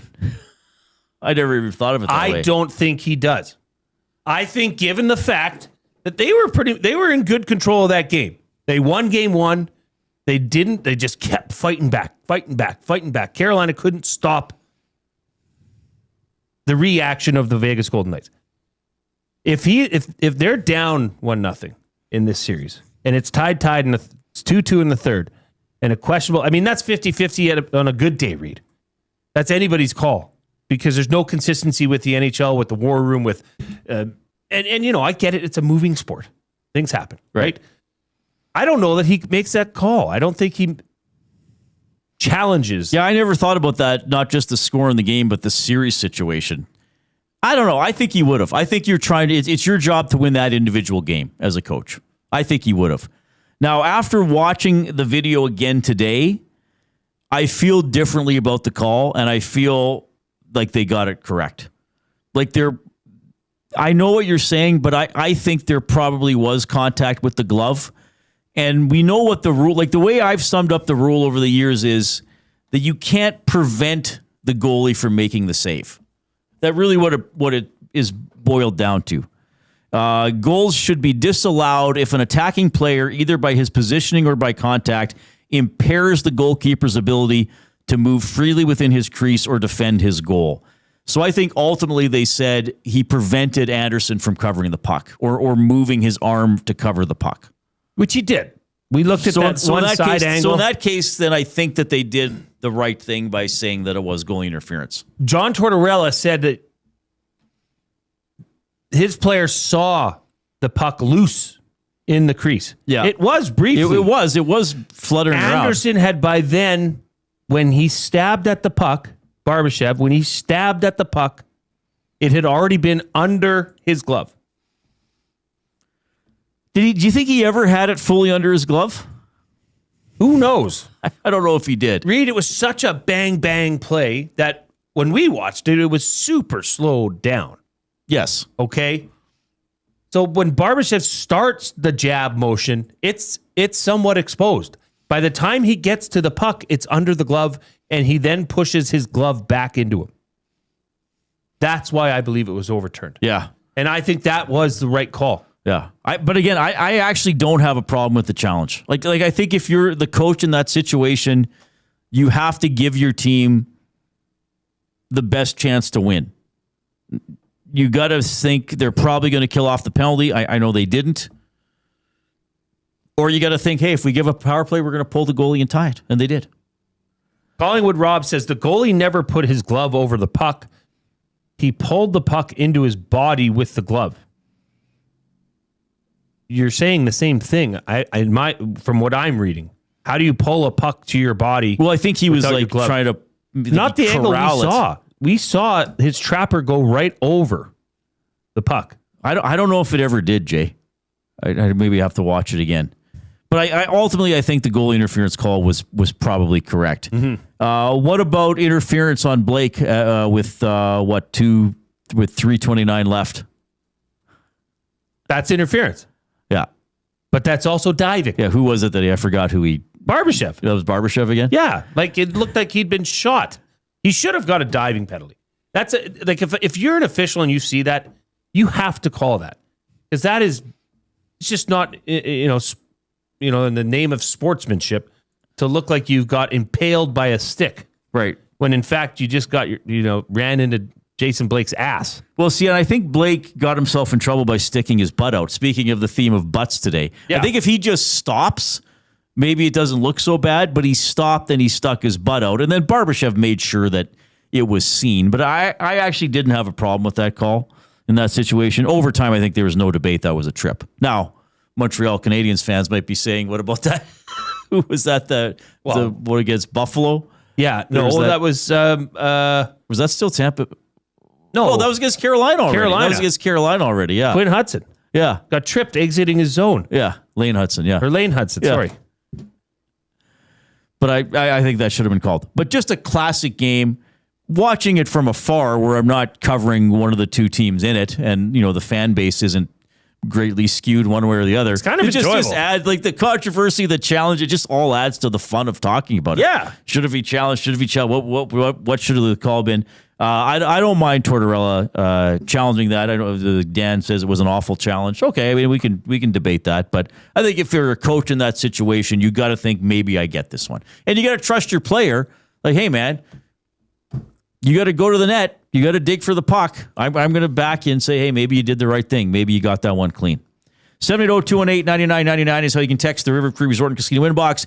We're in the Canadian Brewhouse studio. Why wait for a good time? Start it early at the Canadian Brewhouse. Happy hour runs Monday to Saturday, 2 to 6 p.m. Deals starting at $3.99. Your couch can't compete with the Canadian Brewhouse. Dan also saying, once the official loses sight of the puck, the play is done. End of story. Reid, you said the coach should give his team a chance to win. Is giving the possibility of giving the other team a power play, giving them a chance. No. Okay, Dan, but the official did not call, I lost sight of the puck, so the play is done. Okay, he didn't call that. Okay? He called no goal. He called no goal because of goalie interference. Yeah. I'm saying I'm surprised he didn't just say the play was done. Well, that could have nipped it right in the bud and say, I lost sight of it. Right. Then the play is over. Right. So the ref was basically saying, I saw the puck all the time. It actually would have saved Tortorella a challenge, too. Yes, because you can't challenge whether or not the ref saw the puck. Right. The ref can just say, I thought it was dead. That's a covered puck. The play is over. How the turns have tabled. A little more on Torts and buying or selling for Damon Bunting when we get back.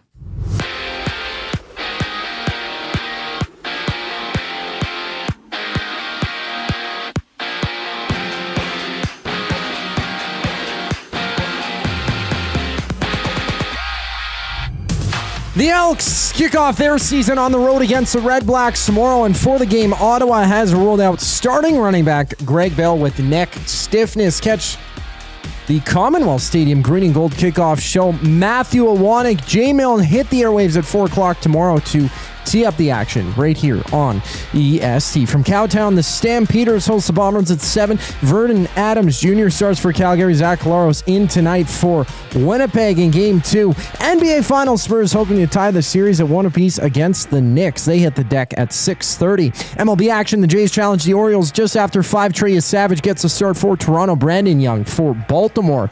And 2 games are just about to get underway. White Sox and Phillies warming up while the Mariners and Tigers are about to go at it. Out East Canada, they play host to Ireland for their final tune-up match ahead of the World Cup. They play at 5:30. Canada opens the tournament June 12th against Bosnia and Herzegovina. And West Coast League action, the Riverhawks, the first of 3 games against Nanaimo. 9 Owls Tune into the game on any of EST's audio streams. First pitch at 7:35, and you can find the full schedule at edmontonsportstalk.com. This sports update is brought to you by the Ranch Golf Club. The Ranch Golf Club delivers premier conditions, top-notch service, and unmatched value every round. It's why they're Alberta's top choice for corporate golf events. Visit theranchgolf.com today to find out more. Conversation surrounding John Tortorella continues on the other side of the break. I'm Zachary Kubish, keeping you in the loop. The Nielsen Show with Lieutenant Eric. TSN's Jamie McLennan. I think Bruce Cassidy fits every bill for the Edmonton Oilers. Tongue-in-cheek, I brought up Daryl Sutter's name, too, on a one-year deal. Hauling him off the farm and having him attack these guys for a year, I think that would be great as well. But what they need, hardened coaches. Waugh and Laviolette fit the bill for any team that is looking for that. The Nielsen Show with Lieutenant Eric. Weekday mornings, 6 to 9. Only on Edmonton Sports Talk. Your clear choice for Edmonton sports.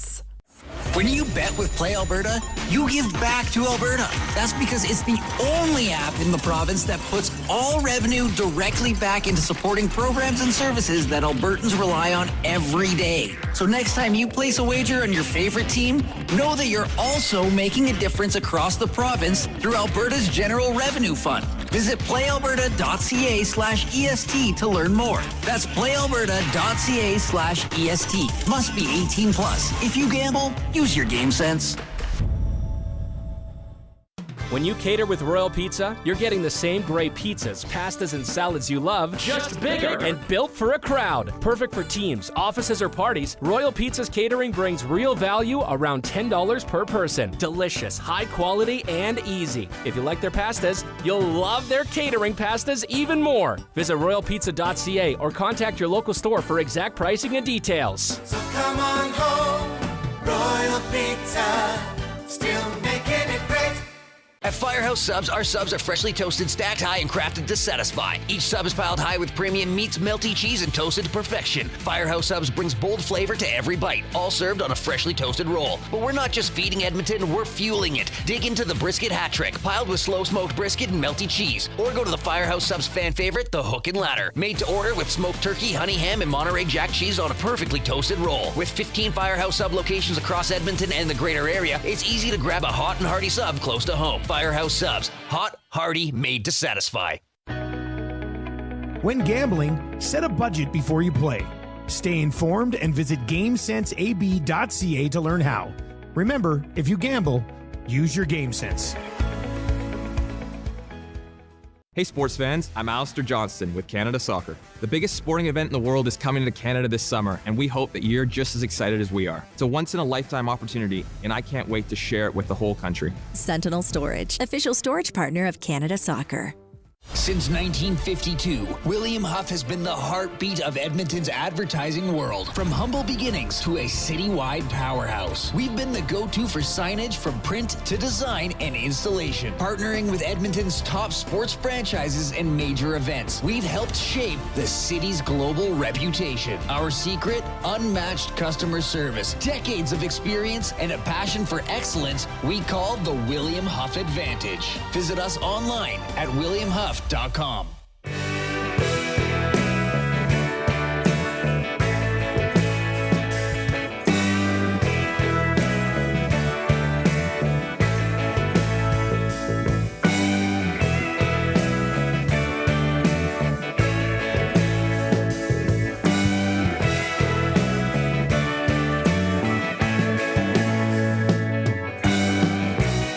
All right, thanks a lot for joining us this afternoon. Edmonton Sports Talk presented by Play Alberta. Go to playalberta.ca/EST. Also, look for all the EST specials under the sports betting page. We have a ton to take you into the weekend. A lot of focus on the CFL, basketball as well. Jasmine and I got a special one for basketball. You got stuff for, what, the Knicks plus 6.5? Yeah, +6. +6, sorry. Okay, so check out all that stuff and remember to use your game sense. So, Tortorella after the game, how long was the whole newser? About a minute and a half? Yeah. Here's the end. Here's the last couple of questions with Tortorella in the media after the game. Every playoff run seems to have moments where you learn about your team, a different moment. What was the moment that you learned more about this team in these past two games? We have a good team, a very good team.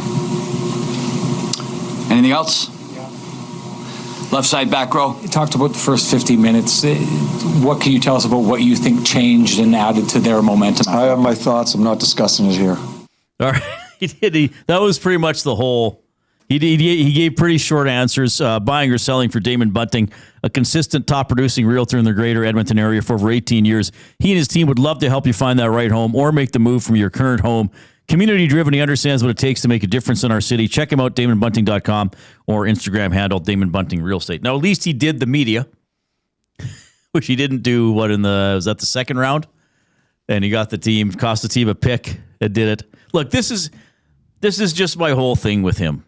You know, like, he's surly, he's pouty, but yet when he's fired, he usually runs and takes a job in the media where he, needs to hear people talk. Yeah, it's an interesting situation. Now, okay, what about the buying or selling, Reid?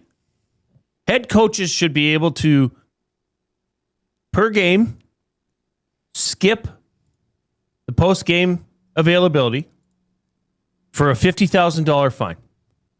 Go ahead. Don't show up, but you're paying $50,000. $50,000. Yep. Because then, obviously, John Tortorella does not want to be fined. Right. He does not want to cost this organization another draft pick. Well, right. Honestly, Reid, he could probably give two you-know-what. It's the management that's telling him, you cannot do this again. Right. So then what do you have? You have the, prickly pear up there giving you nothing. Right. Like there's nothing from that could be used for the reporters that are there on the beat. And the reporters from Las Vegas, from Carolina, that have fan bases that are desperately looking for comments from the coach. Right. That's what fans do and want. So why not just say, okay, skip it. $50,000 check every time. Buying or selling? Well, selling. That wouldn't be good. McDiesel says Vegas GM has a muzzle on Torts. It's just, I don't know. Like, if this wasn't him, I probably wouldn't be talking about this. But it's just like... I know. So what do you expect? Nothing. What do you expect? It's like when Marshawn Lynch stood up there at the Super Bowl Media Day and said, I'm only here so I don't get fined. But you're not saying Marshawn, anything. Well, how has the week of practice been so far? Yeah. I'm only here so I don't get fined. Yeah. Really? That's actually worse than not doing it in some ways. That's but he did it. It's almost more disrespectful than not doing it. Players Association could say, no, he fulfilled his obligation. Yeah. Well, a story came out of it, at least. Sure, and there's a story here about John Tortorella, but it's much ado about John Tortorella. Like this is what he is. Right. He's always been this way. Yeah, true. So I guess nobody should be surprised. And Reid, I don't think he cares about anybody speaking when he's on the meeting, when he's on the panel either. No, he doesn't. Well, probably not, I guess. He just strikes me as such an interesting... I do find him interesting because he can be so warm and engaging, and then the other side of it is, now after the game, he's irritated. He did give a decent answer. I mean, this was his answer about the goalie interference. I saw a loose puck in front of Freddie. Our player stabbed it, didn't move the goalie, and it goes through him and to the other side. I'd challenge it 10 out of 10 times. Yeah, like that's actually a good answer. That's a good quote. I mean, it's 10 seconds. He says, I challenge it 10 out of 10 times. He explains why he challenged it. That's not so bad. Anyway, it was just kind of like, okay, here's Tortorella again. But again, back in Vegas tomorrow. What is it, a 6 o'clock game again? I just think this is a fantastic series, Jay. I mean, back and forth, punch, counter punch, momentum swings, and now some kind of controversial calls and decisions. And I think the nastiness and the intensity is going to ratchet up. I mean, you saw the scrums starting to escalate yesterday. Now it's 2 games. We're really in a series here. Like, wasn't it Colasar and Martinuk in that one? They had close-ups of them face-washing each other. So I think that's all picking up. So I'm really enjoying this series. I think it's going to continue to provide a lot of thrills and spills. How about Braden McNabb? Oh, that was scary. Yeah. That was very scary. I mean, is his nose gone? I don't know. Like, that was bad. Yeah. Yeah, and then so Vegas had to play with 5D most of the game, right? Or however much that he left. Yeah, Mark Jankowski, the former Calgary Flame, sniped a goal there. That was a big one. Stahl got the deflection goal, Jordan Stahl. And it looked like, Vegas had him, right? I mean, it looked like Vegas was not giving them much. And then Carolina still, and that Stankoven goal, like, you know what, Jay, to make this a little bit about the Oilers again, how often do the Oilers score a goal like that? Yeah. Like, just jam it to the net. And Stankoven's a skilled player, but that was just a bust my ass goal. You know, I'm going to steal the puck. I'm forcing it into the crease. Hey, I got to bounce. Those are the types of goals, to me, the Oilers don't score often enough or don't create enough chances like that. You know what I mean? Dirty, greasy. Yeah, no, they like to pass it 24 times. Not in their skill set. And set up a one-timer. All right, so yeah, next game of that series coming up tomorrow, buying or selling, presented by Damon Bunting. Jed Roberts is going to join us in about 5 minutes. We always love talking to him, especially on the eve of the CFL season or the Elks season kicking off. Our Past the Pantry Athlete of the Week is going to be Logan Crawford, who texts the show sometimes. Golfer pursuing a golf career, and he's had to battle through quite a few hardships along the way, so we're going to tell his story. Words of the day coming up as well. Our off-topic topic for William Huff, misleading team names. Now, there's a bunch of ways you can go with this, like the location, because it looks like the Chicago Bears are going to a suburb of Chicago, but it's in Indiana, right? So, misleading team names. I said the LA Lakers. The LA is not known for its lakes. It used to be the Minneapolis Lakers. The Utah Jazz. I said West Ham United. Where's the ham? Is it in the Pork District? 780-218-9999 to text those in. So you did an 84. Okay, we should tell people what's going on here. These must be new websites because Wannick brought it to our attention a couple of days ago. There's a website, 82and0.com. So 82-0.com. It randomizes a team and a decade, and you have to pick a player and put them in a position and see if you can go 82-0 in the NBA. Benny's the only one to do it in the office.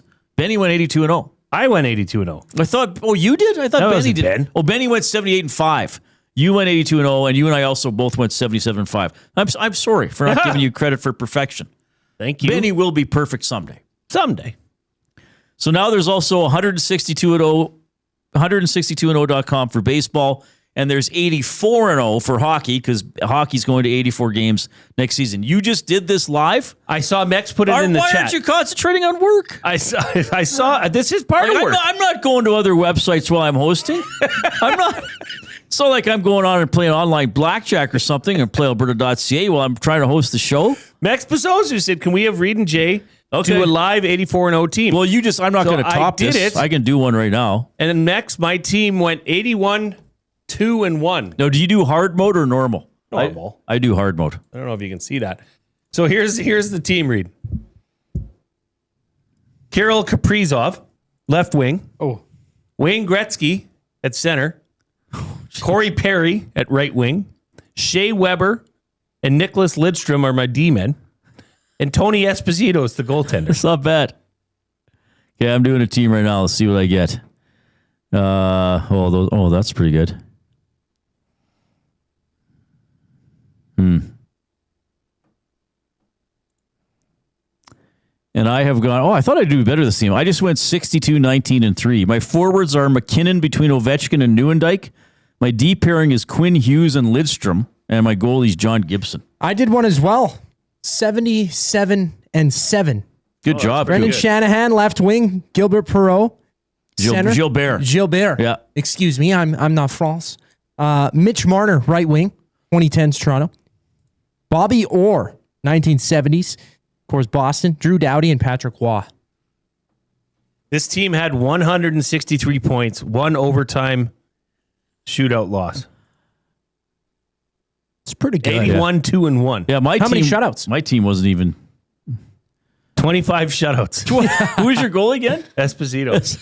That's pretty amazing. Good. 943 save percentage. So it's a fun little game, and you can do it so you don't see the people's stats. So you kind of got to go by memory a little bit. It's pretty fun. All right, 780-218-9999, River Cree Resort and Casino inbox. Jed Roberts when we get back.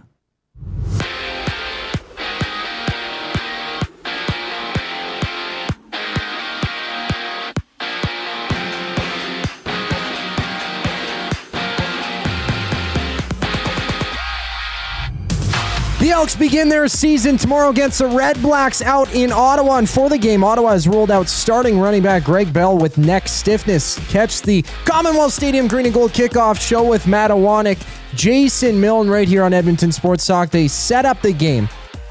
Going live at 4 o'clock tomorrow right here on EST. From Cowtown, the Stampeders Bombers go at 7 o'clock tonight. Vernon Adams Jr. starts for Calgary. Zach Caleros in for Winnipeg in Game 2. NBA Finals, Spurs hope to tie the series at 2 apiece against the Knicks. They hit the deck at 6:30. To the majors, the Jays challenge the Orioles just after 5 o'clock. Trey Savage on the bump for Toronto. Brandon Young there for Baltimore.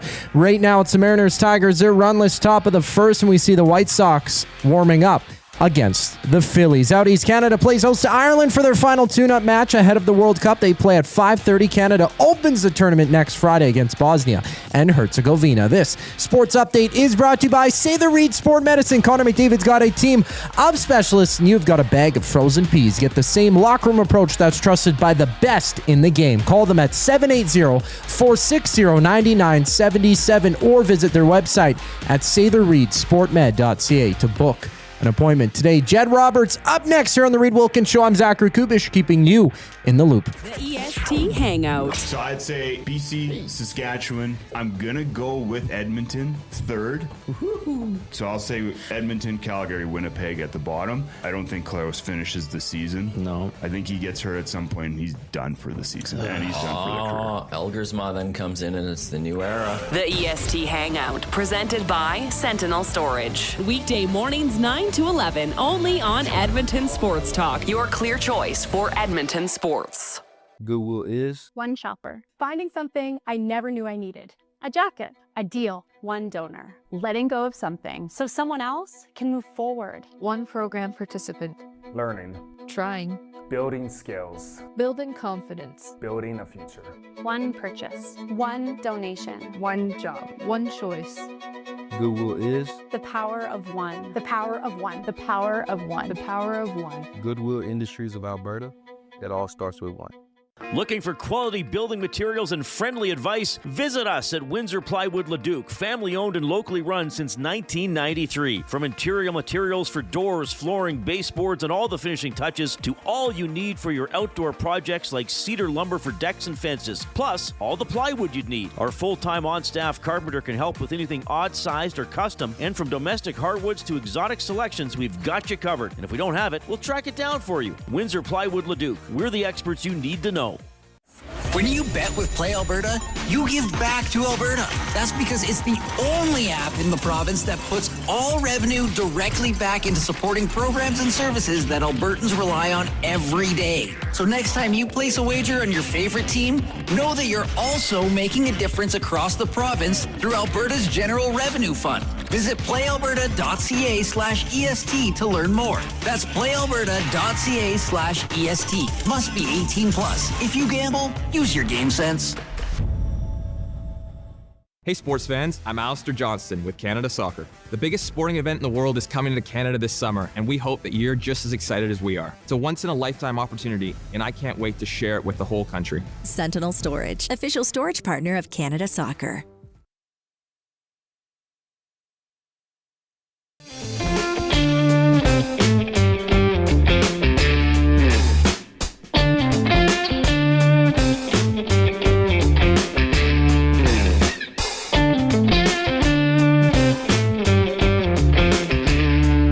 All right, remember to smash that thumbs up button. Give us a like if you've not already done so on YouTube.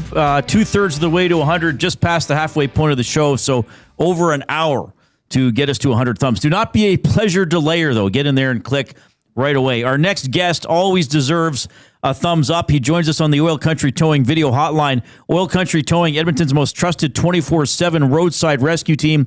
Fast, safe, reliable for over 15 years. Whether it's game day or a snowstorm, we work as hard as your favorite team to get you going. Call 780-986-6088 for all your towing needs. Double E alum Jed Roberts checking in. Hello, Jed. I'm good. How are you? Doing great. Just hanging out. Just was laughing at the smash the leg button. I'll never stop giggling whenever I hear somebody say that. Oh, okay. Well, I like to make you giggle. I'm still in junior high, buddy. It's okay. Well, apparently a lot of us are as well, Jed, because I'm not sure if how much of the Montreal-Hamilton game you caught last night, but there was a quarterback sneak by Davis Alexander where a defensive lineman had grabbed onto his pants and exposed his buttocks.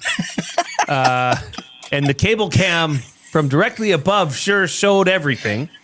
Now, the reason I'm bringing this up with you is I'm pretty sure that you have a story, probably several, to be honest, Jed, about Gizmo Williams and his buttocks somewhere in northern Canada, if I'm not mistaken. Oh yeah, we went up to the Arctic, Ocean, and we drove in the middle of February, dead of winter, from Inuvik to Tuktoyaktuk. So it's like driving from Edmonton to Calgary, but you're on a river that's frozen.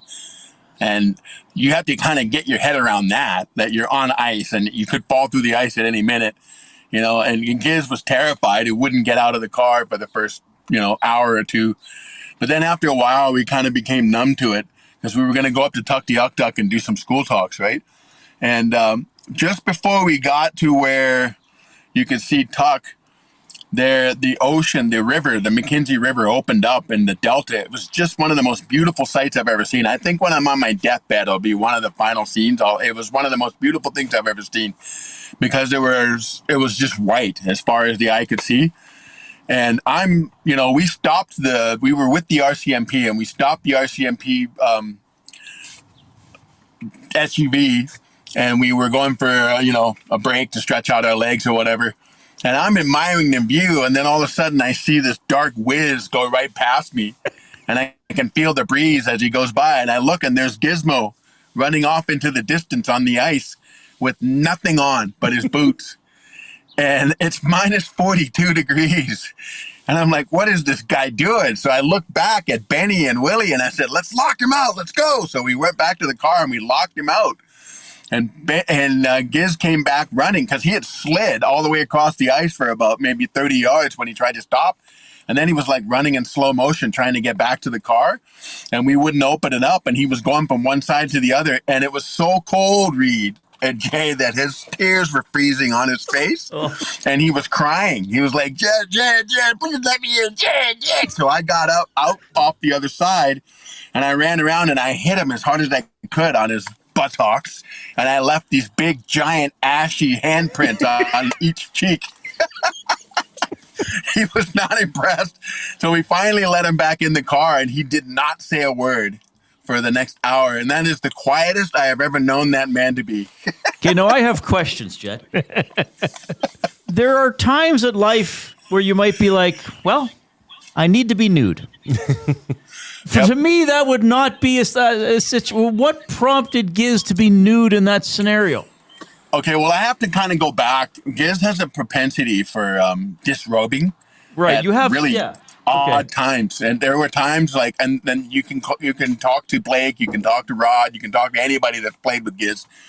Typically, he would do it on the first day of training camp, and he would put a towel on top of his head and wrap it up, and then au natural, nothing on, and he would sprint across the stage just as the coach, whoever coach it was, it happened to be, because I played with Giz for 11 years, had 5 different coaches during that iteration, and the coach would get stopped dead in his monologue with Giz running across the stage, and all these guys from the States would be like, what the hell? What is that all about? I'm like, that's just Giz. That's it's a ritual. He did it 11 times.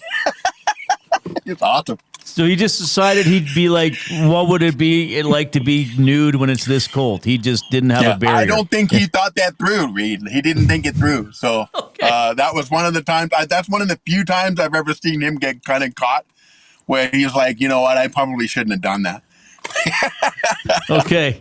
Well, so the key is don't apply too much logic to it when you're trying to think about it. No. Just okay. No, Giz doesn't make any sense even at the best of times, and nobody can understand him either. So. How often do you talk to him now these days? Anytime I run cross paths with him, like I used to have his number, but he changed it because I would crank call him all the time, and did you ever call him and talk? Because you do an awesome Giz impersonation. Did you ever call him all the time as Giz, calling Giz? Yeah, I would. Yeah, hey Giz. He'll call me. He'll go, "Hey Jed, I know you can't hear me, you dead bastard." Oh, jeez. I'd be like, "What?" And then I'd hang up on him. And he'd call me back. He's like, "What are you doing?" I said, "I couldn't hear you." All right, these are incredible stories. But so did you on the field? So Davis Alexander's doing the quarterback sneak, and the guy pulls his did you have moments where it's like, hey man, your butt's hanging out, or was somebody ever like, Jed, your pants are a little low here, buddy? Come on. Oh, buddy, I've seen. Okay, I can do you one better, Reid. We were playing. I can't remember who we were playing against. I think it was could have been Winnipeg, and Mike McConnell was playing center because Rod was hurt, and so Mike. I don't know if he'd had too much apple juice or something before the game, but he actually had an accident right in the middle of the game. And so Tracy didn't want to put his hands down there. And so Mike is looking back. And so you could see him running off the field, trying to get off the field before he would go again. It was the worst. Oh, man, it was bad. There's all kinds of things that happen out there, Reid. It's incredible. That's not the first time I've ever seen somebody get their pants pulled down in a game. And some of these guys don't wear underwear or jocks or whatever. And I'm not sure what that thought process is. I mean, you've only got that thin layer of fabric. And, you got 50, or I don't know how many kids there were, only 18,000 people there, but that's 18,000 too many in my books. I always wear something underneath my game pants. Okay, well, I'm going to ask Jed the same question I asked Jay. Yeah. Starting from the bare skin out, what did you wear underneath your football pants? I wore a jock, and that's it. Okay. So I guess I was flirting with disaster. I was sometimes, all right, you know what? When you go from college to the pros, in the pros, they don't require that you wear a girdle anymore. And so you don't even really, I never wore hip pads when I was playing for for Edmonton, and which was kind of odd. And then I never actually, the last 5 or 6 years, I didn't even use a mouth guard, which wasn't very smart because I chipped my teeth a couple of times hitting people. And it never occurred to me that I would do that, hitting somebody, chip my own teeth. So, but kids, if you're listening, wear your mouth guard. But you were the king of the tape around the waist, that nice crisp white tape layer with the nice tailored flag hanging off the hip perfectly. Yeah, it was clear tape, and that's the best kept secret. I would forego the belt and just use clear tape, and just keeps everything nice and snug. But it becomes a bit of a problem when you have to go to the bathroom in the middle of a game. So I would just get the shark and cut it off, and then put new clear tape on there. But this is the game within the game, Reid. Wardrobe malfunctions happen all the time. Yeah, well, I love these stories. I hope our listeners, they may be surprised that they're hearing this much about bums today. But. Actually, Jed, you would love to find this out, because for those that don't know, when you tape your ankle, you usually right to the skin. You'd probably used to shave your ankles, or I don't know if you did pro wrap, but most people would just shave their from the calf down, and then they tape right to your skin. So it would stay super tight. Okay. But after the game, what Jed just said, the shark, that was a specialized piece of equipment that would go under, against your skin, but cut the tape and not your skin. Okay. Jed, you wouldn't. My wife just found a shark. So we have a shark in our possession now. Oh, I would love to have one of those. I mean, it's just you just take your wrists up just for the heck of it. Nostalgia. I love that stuff. You wouldn't be used to it without being on a chain, though. They used to chain those things to the trainer's tables. And then it would get guys would steal them all the time. Or they would just pull them off the chain just because, That's what Benny Goods would do. Benny Goods would take the lids of the Gatorade and just chew them off. And the opposing teams hated us when we came into town because Benny would take the lid right off. He would just bite it off because he didn't like the way it came out if the lid was on it. The small nozzle that's on the Gatorade bottles. He would just bite it off. I'm like, Benny, why do you do that, man? That's such a rude thing to do. They're supplying us with these Gatorade things. He's like, well, it doesn't come out right. So All right, buddy. Oh, incredible stories. Jed Roberts joining us on the Oil Country Towing Video Hotline to look a little bit at the game tomorrow. The Elks are in Ottawa at 5 o'clock. Our coverage starts at 4 with the Commonwealth Stadium Green and Gold kickoff show. Well, maybe we will get a story here. Jed Roberts, the day before, the night before the first game of the season. What was he like? I was a big believer in visualization, so I would lay in my hotel room and turn the lights off. And I was effectively Helen Keller when I do that because I can't hear, right? So I'm in the dark. And I don't have anything to like distract me. And then I would kind of go through like all of the movements I would make on punt team.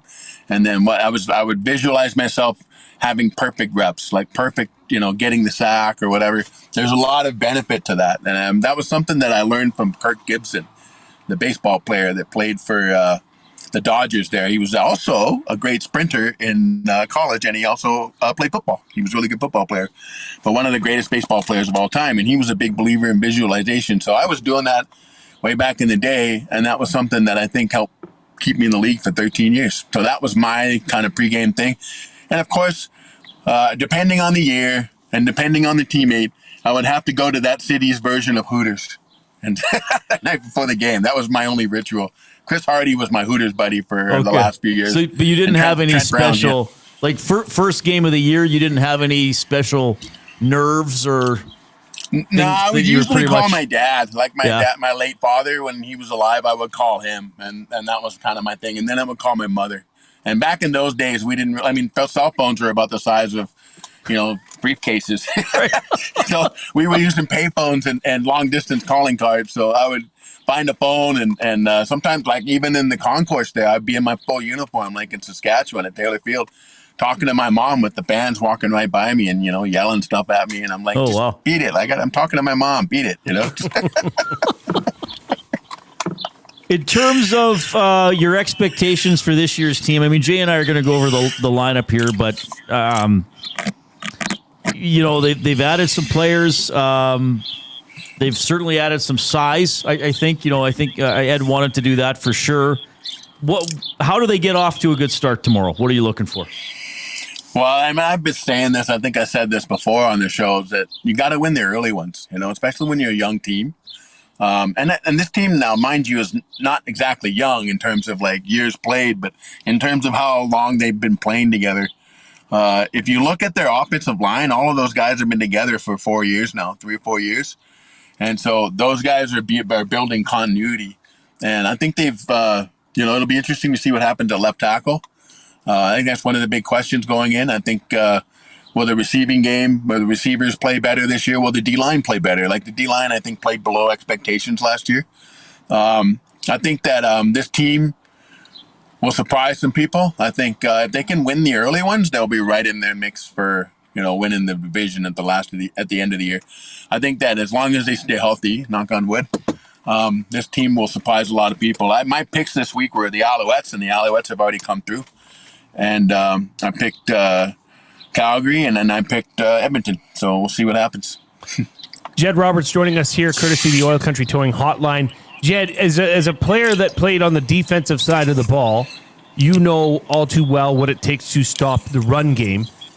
We had Austin Mack, one of the big free agent signing of the offseason. Yeah. We had him on our show yesterday, and I asked him a specific question about the buy-in from the receiving group to blocking, to participating in the run game. How much more effective and hard to stop a team, specifically with the run game, is it when you see the buy-in from not only the offensive line, but the fullback and the slot backs and the wide receivers? Well, I think that if you look at every Ed Hervey team, the hallmark is that it's bigger than the other teams. Like he likes to bring in really big-bodied players. Like their receiving core, I think, is probably the biggest they've had in years here. And that's by design, right? Like, because you're basically effectively playing 2 different seasons here in Canada. You got summer, and then you got winter, right? And so winter, that's why they moved the season up, right? Like now we're playing in May, or starting camp anyway in May. But it doesn't matter, right? Because come October, all bets are off. Like you could be playing in 2 feet of snow. And that's when you need to have those big guys up front that can move the pile. You need to have those big receivers that are physical and that can manhandle the defensive backs. And that's the hallmark of an Ed Hervey team. He's going to get guys in there that can run the ball. They're going to establish the run, and then they're going to make people respect the fact that they have to keep additional players in the box, and then that opens things up for guys like Austin Matt to throw downfield. So I'm excited. I can't wait to see it. It's going to be a fun game. Yeah, looking forward to it. 24 hours. Jed, incredible. I'm trying to think of an ass pun, but I can't right now. Incredible segment as always. We'll talk to you in a couple of weeks. We love having you on, buddy. Have a great weekend. See you, buddy. Jed Roberts checking in on the Oil Country Towing video hotline. No shortage of stories from Jed. And good analysis about what he's looking for the upcoming team. So he mentioned left tackle. That's Bordner, one of the guys. It's interesting what he said. The offensive line is kind of played together. Yeah, mostly in Hamilton, oddly enough, right? Because it's three guys who were Tiger Cats last year and two guys who were Elks starting. So that's of note right there. So Bordner's the left tackle. Do you think is he the question mark for you or not? Not yet. No. I mean, any tackle position, whether it's Jordan Murray or Brandon Bordner, are going to be question marks. It's the toughest position on the O-line. You're on your own. It's like being a cornerback. You're Deion Sanders trying to go one-on-one against Jerry Rice. Okay. It's tough, and you're going to make mistakes. It's just you cannot consistently make mistakes. And having guards like Carter O'Donnell and Coulter Woodmansey beside you make you look a lot better if that player decides to go inside or they're deciding to run stunts or blitzes, whatnot. To me, that's the biggest question mark going into tomorrow's game is how has this offensive line come together?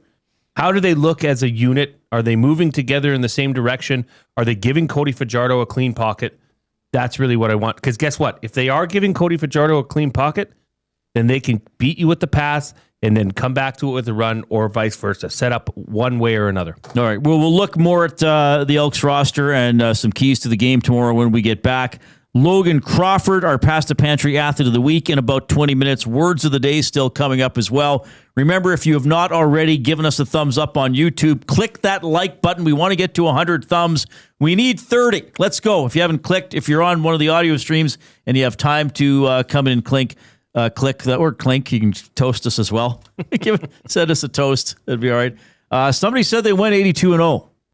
Project Dumplings got 82-0 for the NBA. Okay, pretty good.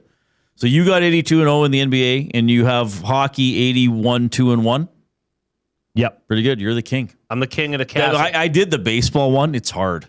Oh, and I put it so you couldn't see the stats. Is there a football one? I don't know. We can find out. Here's the 5 o'clock break.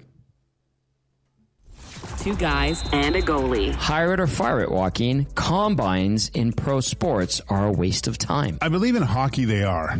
They're so young. There's so much more maturity to do physically. I'm with you on that. It's just the manner that they're doing. Like what? Reminds me of physical fitness excellence when I was a kid in elementary school. 2 guys and a goalie, presented by GS Construction. Tuesday and Thursday afternoons at noon, only on Edmonton Sports Talk. Your clear choice for Edmonton sports.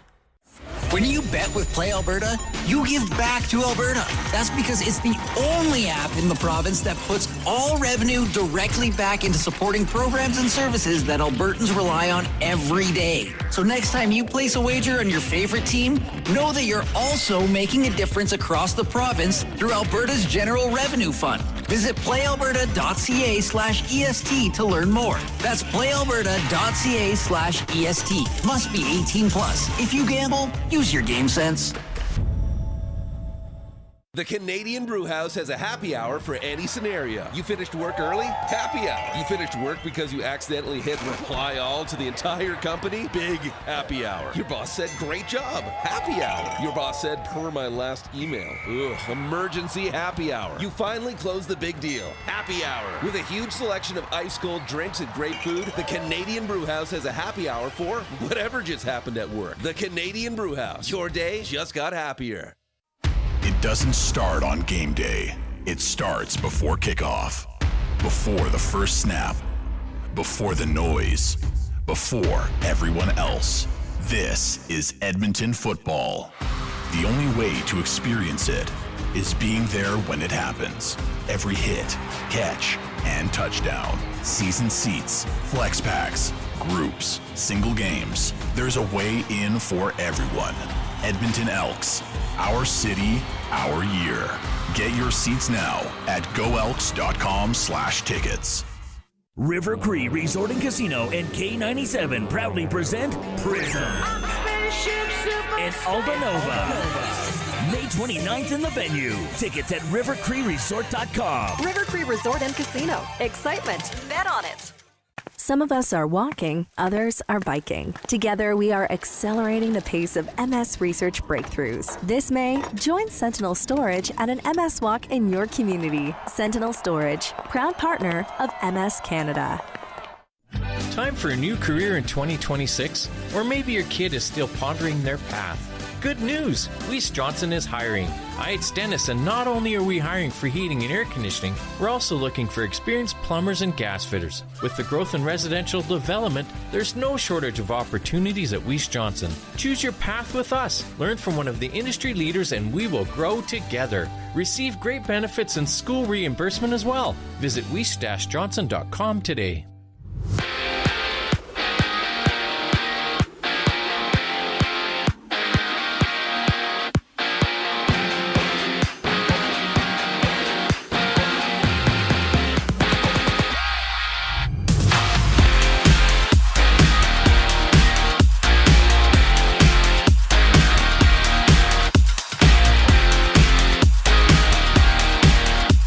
The Jays are about to challenge the Orioles for the first of 3 games in their series. Treya Savage gets a start for Toronto. Brandon Young there for Baltimore. And live action around the majors. 2 games live. Seattle up 1-0 on Detroit midway through the second. And top of the second, the White Sox and Phillies are runless. Over to the CFL, the Elks kick off their season in Ottawa against the REDBLACKS tomorrow. And for the game, Ottawa has rolled out starting running back Greg Bell with neck stiffness. Catch the Commonwealth Stadium Green and Gold kickoff show. Matthew Wannick and Jay Milne tee up the game when they hit the airwaves at 4 o'clock tomorrow right here on EST. From Cowtown, it's the Stampeders hosting the Bombers at 7 tonight. Vernon Adams Jr.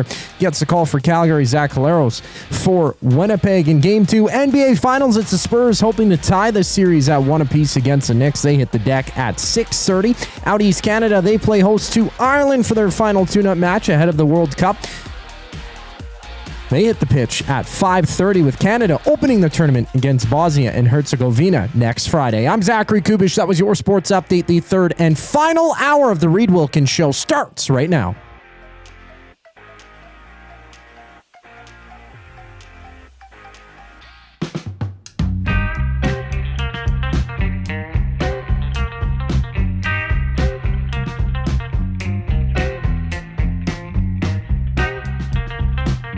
Thanks a lot for joining us this afternoon. Blue Jays about to get going. Canada Soccer about to get going. Elks tomorrow at 5 in Ottawa. 4 o'clock for the Commonwealth Stadium Green and Gold kickoff show with Milne and Alouettes. They're on after the game as well. Elks trying to win their first game of the season for the first time since 2019. Wow. And in the last 4 Junes, the Elks are 0-14. They have not won a game in June since June of 2019. There were no games in June in 2020. There were no games in June in 2021. So the last 4 Junes, the Elks are 0-14. Time to change that. So trying to start the season with a win, and portions of this hour are indeed presented by your Edmonton Elks. The only way to experience it is being there when it happens. Get your season seats today. Our city, our year. Lock in your season seats at goelks.com/season seats. The Limerick topic today, the bum and words for the bum. Incorporating words for the rear end. Is it offensive to say the bum? Have I said it too much? I don't think it is. Bum? Yeah. No. Got a Limerick here. I have one from a Bootski. Is that the one you have? No. Okay. Oh, I've got one for a Teef. Okay, you go first then. It's a Limerick about John Tortoise. I think he meant Tortorella. Okay. For the spelling. Well, maybe. All right. There once was a chap named John Tortorella whose fame spread like wild enchilada. With the media's delight, he danced day and night, spinning tales that were once hotter than salsa. Not bad. Not bad. Abutsky. His derriere limerick. Down at the back of my rear is a thing I can't see in the mirror. Not overly hairy or terribly scary. It's time to get it in gear. That's congratulations. Pretty good. So Matt Awanek made a good point this morning. Interesting in the young man. hangout. Because as we know from, especially last year when the Elks had a massive turnover. New front office, new head coach, new coaching staff. Yep. Steven Sorrells, the offensive line coach, was the only coach that remained. Yep. And that's hard. That takes time to get into rhythm with each other, with the coaches, with everything. And same can be said about what happened in Ottawa. They have a lot of new pieces that are a part of that organization. And the Elks get them twice in the first 6 weeks of the CFL season. Correct. So that needs to be taken advantage of, in my opinion. And did they beat them both times they played them last season? Let me double check what happened last year. They beat Ottawa 39-33 at home on July 6th and then won in Ottawa 30-20 on August 22nd. Well, this has been the one team that has struggled as much as Edmonton the last few years, right? Yes. Pretty much. They broke the home losing streak against Ottawa a couple years ago. Remember that? Let me see here. Let me check this. Edmonton and what are we here? Oh, I almost hit the donate button. Don't do that. Well, yeah, they won, but in 2024, Ottawa won both. And then they split in 23 and in 22. In 21, Ottawa won both. So, so they beat them both times last year. Is this a home run for the Orioles? Rutschman with the home run off Savage with 2 out in the top of the first, 1-0 for the Orioles. No, did this one go out? Okay, here we go. Ground rule double is what it's called on the field. It looked like, Reid. So is that thin light blue border? That's the top of the wall, is it not? So that's in the play? Yes, as far as I know. As far as the way I have always understood. Because it bounced up high and then it landed in the field of play.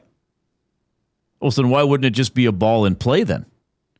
Okay, so it's a D. Is this what, to right center? Mm-hmm. Oh, that's close. Because if it hit that railing. Oh, boy. That's. Now, the way it bounced up, it would suggest. They gave him a home run. Yeah. They gave him a home run. So it's odd they have that railing there. It's almost like a fence. Yeah. So they're ruling that it hit that before it hit the top of the wall, I guess. Because I guess it's possible it could have hit the top of the wall, then hit the railing, and then come back. That'd be a ground rule double. If they would have thought it, because it could hit the top of the wall. Yeah, but if there was no fence there, oh no, wait, yeah, it can hit the top of the wall and it's go gone. over. That's a home run. Yeah, yeah, I think so. I think that's the right call. It is the right call. They're probably going to review it. Well, yeah, because if it would have hit the blue stripe, it would have come down. It would have to hit the face of the blue stripe. Right. Once it hit the top, the flat part, then they got to know that's a home run. Okay. Tough start. Yeah. Well, Savage will be fine. YouTube Trev's he's there. a good pitcher. Is he actually at this one? Well, I think he's at this one. We think. I don't know if he's going to all 3 though. I thought he was going to 2. I could be wrong. I'd imagine he would be at tonight's game because they're there. Right. The Blue Jays' attendance has been remarkable. Well, we were talking about that earlier in the season. Blue Jays are these the city jerseys or something like that? Yeah, I'm not a big fan. Ones? They have some good looks. I don't like this one. Like you turn it on and I don't think of the Blue Jays as wearing black.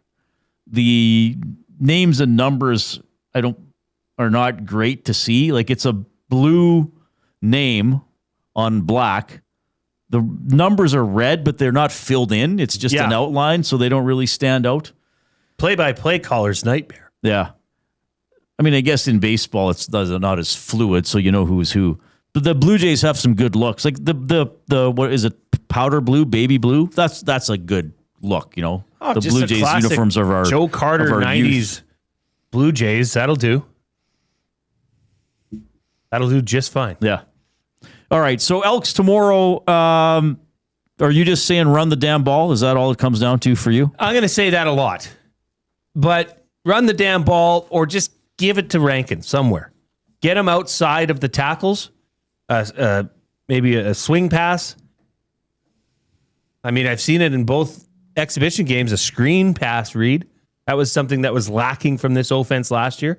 Well, but they got a couple touchdowns on it last year. Oh, yes, they did. Yeah. Yes. Because they didn't run it that often, so maybe the element of surprise. But the offensive line, I want to see how they come together, and I want to see this defense play. I mean, Jake Mayer is not considered an elite quarterback in the CFL. They're missing one of their bigger, their playmaker and their running back. So the defense should be able to feast on this opportunity. And given the changes they've made and the continuity they have in the secondary, I'm expecting big things. Yeah, I hope they can get a jump. I mean, I'm curious about how some of the new players can do, and I don't mean new players to the Elks. I mean new players like Luther. Yep. I don't know much about him. He's a CFL rookie, is he not? Cephas is another new player, both receivers. Too bad Robustelli isn't playing, so I want to see how those guys do. But then I look at the defense, and every starter, I'm like, I know that name, I know that name, I know that. And what? All of them were Elks last year except for Carney? Is it 11 players back on defense? Yes. Of the 12 starters? Yes. And then plus you have Mogensen, who's listed as a backup, right? Special teams wizard. And who will probably play on the field as well. He's the designated American. Yep. I mean, that's... and the only new addition, by the way, is a sack master. Is a sack master. Which I think is great. So TJ Luther has been through... He played at Wofford and Gardner-Webb in college. He was then with the New York Jets, the New England Patriots, Pittsburgh Steelers, Green Bay Packers, Carolina Panthers, and now he's with the Elks. So he spent 2023 with 5 different NFL franchises. Right. So he's a good receiver. And I mean, what he did in preseason showed that as well. Joshua Cephas as well, a player that I know Ed Hervey, GM Is he new to the CFL? He is new to the CFL. I know Elks GM Ed Hervey's very high on Joshua Cephas. Okay. Now, again, the only receiver back from last year who's playing tomorrow or starting tomorrow is Keon Julian Grant. So you wonder how I know they've had training camp in the preseason, but now it's playing for real tomorrow. The O-line is a new look offensive line, but they're not new offensive linemen to the league. And again, 3 of them played with it's 3/5 of Hamilton's from last year. But I'm encouraged about the defense because a lot of times we see offenses start slow in the CFL. You know, like they don't. It maybe takes a little longer to gel. The fact that the defense is back and maybe the offenses of other teams might take a couple weeks to get going, that makes me optimistic for tomorrow's game. Yep, it should. And by the way, you still got Leak as a kick. Does this Ottawa still have the guy? Who's the guy that was really good for Ottawa? The returner. You know, they got Dedman. Do they still have him? Devontae Dedman? I don't have Ottawa's thing. So anyway, but Leak's pretty good on his own. Springer, by the way, with a double to start the game for the Blue Jays. But you said the running back is out for Ottawa, Coop? So they're with their backup running back? Yeah, Greg Bell's out. Neck stiffness. He was a full participant in practice for the REDBLACKS, but he's not. He won't be suiting up. He's on my CFL fantasy team, Reid. Oh, imagine that sad. In our league. Yes. Oh, okay. Yeah. But no, yeah, he won't be. Pimpleton won't be in. Pimpleton's the returner. When did Dedman play? Is that a real guy? I didn't make up a player, did I? Didn't they have a return? Lucky Whitehead? No, I thought there was a guy named Dedman. Hang on. I could have hallucinated this entire player's career. No, Devontae Dedman, Dedmon. Oh, he's on the Alouettes. Okay, that's why. Yeah, and Elijah Collins, they're starting RB. But Pimpleton's good, though. Yes. All right, so they got to watch that. We got our Past the Pantry Athlete of the Week coming up.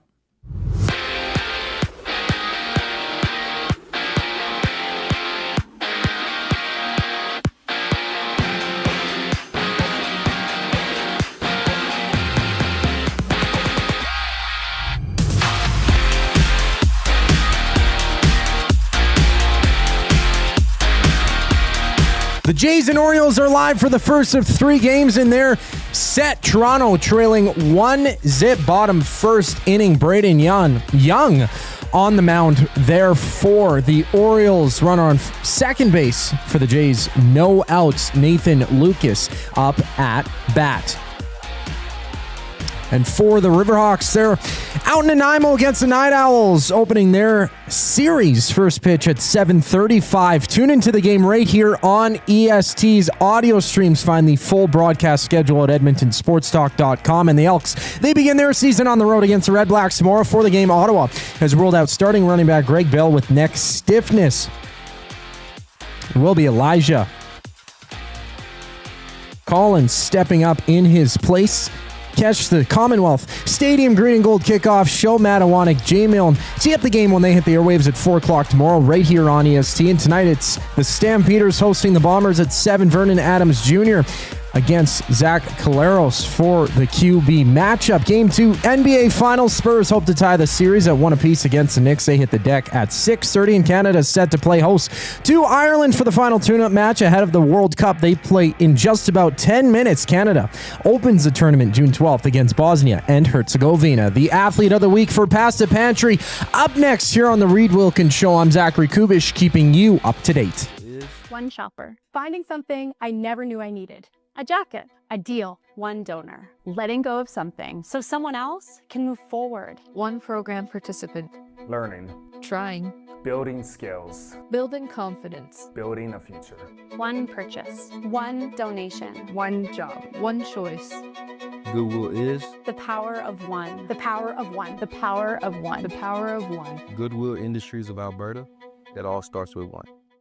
The oil stream. This is not really a spec piece from spec. This is not speculation. This is not how could this possibly happen. Right. This is spec saying this is going to happen. Not that he's going to be traded this summer, but that he's going to be asked if he would be willing to be traded this summer. Right. And then basically saying if he's not traded this summer, he'll be traded next summer. The oil stream presented by Boston Pizza. Monday, Wednesday, and Friday afternoons at noon. Only on Edmonton Sports Talk. Your clear choice for Edmonton sports.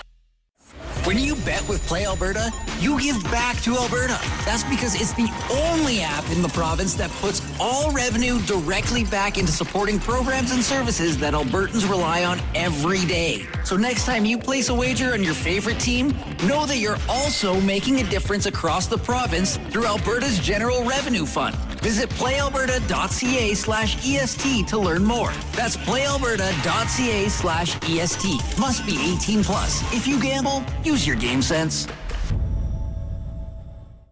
It's the weekend. The sun is out, and everyone, yes, even the kids, are bored. Bring them to the Canadian Brewhouse. Our patios have games to keep the whole family going. Rooftop views, real turf to run around on, and misters for when the summer gets serious. Oh, and we've still got the game on. Always. All day, all weekend, all summer. The Canadian Brewhouse, Canada's best patios. Looking for quality building materials and friendly advice? Visit us at Windsor Plywood Leduc, family owned and locally run since 1993. From interior materials for doors, flooring, baseboards, and all the finishing touches to all you need for your outdoor projects like cedar lumber for decks and fences, plus all the plywood you'd need. Our full-time on-staff carpenter can help with anything odd-sized or custom, and from domestic hardwoods to exotic selections, we've got you covered. And if we don't have it, we'll track it down for you. Windsor Plywood Leduc. We're the experts you need to know.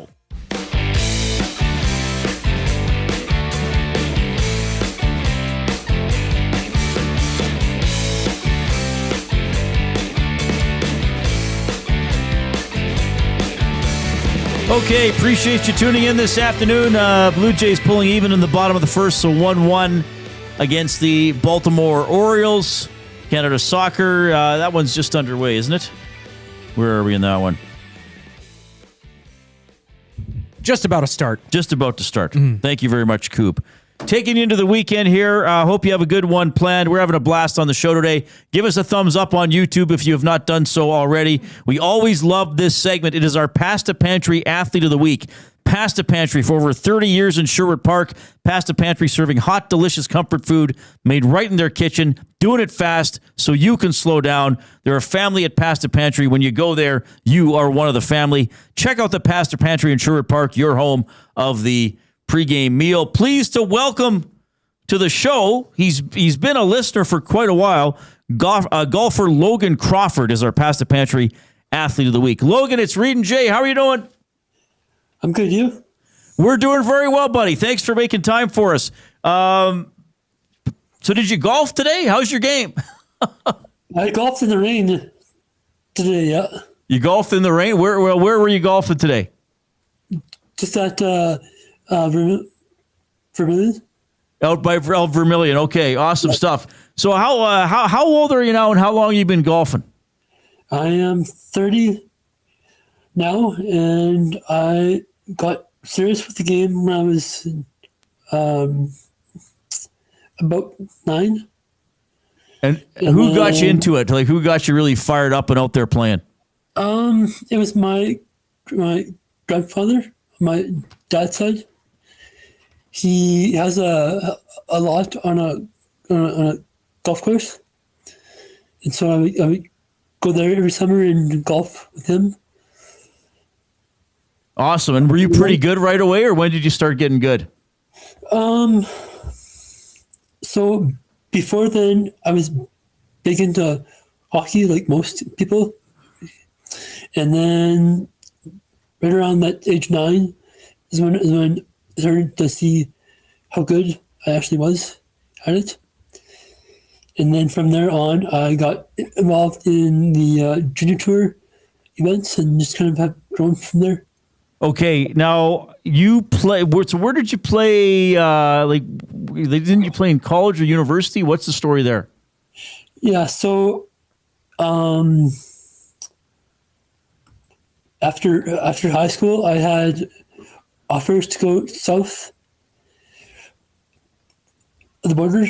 One was for New York, and one was for San Diego State, and then I chose to go to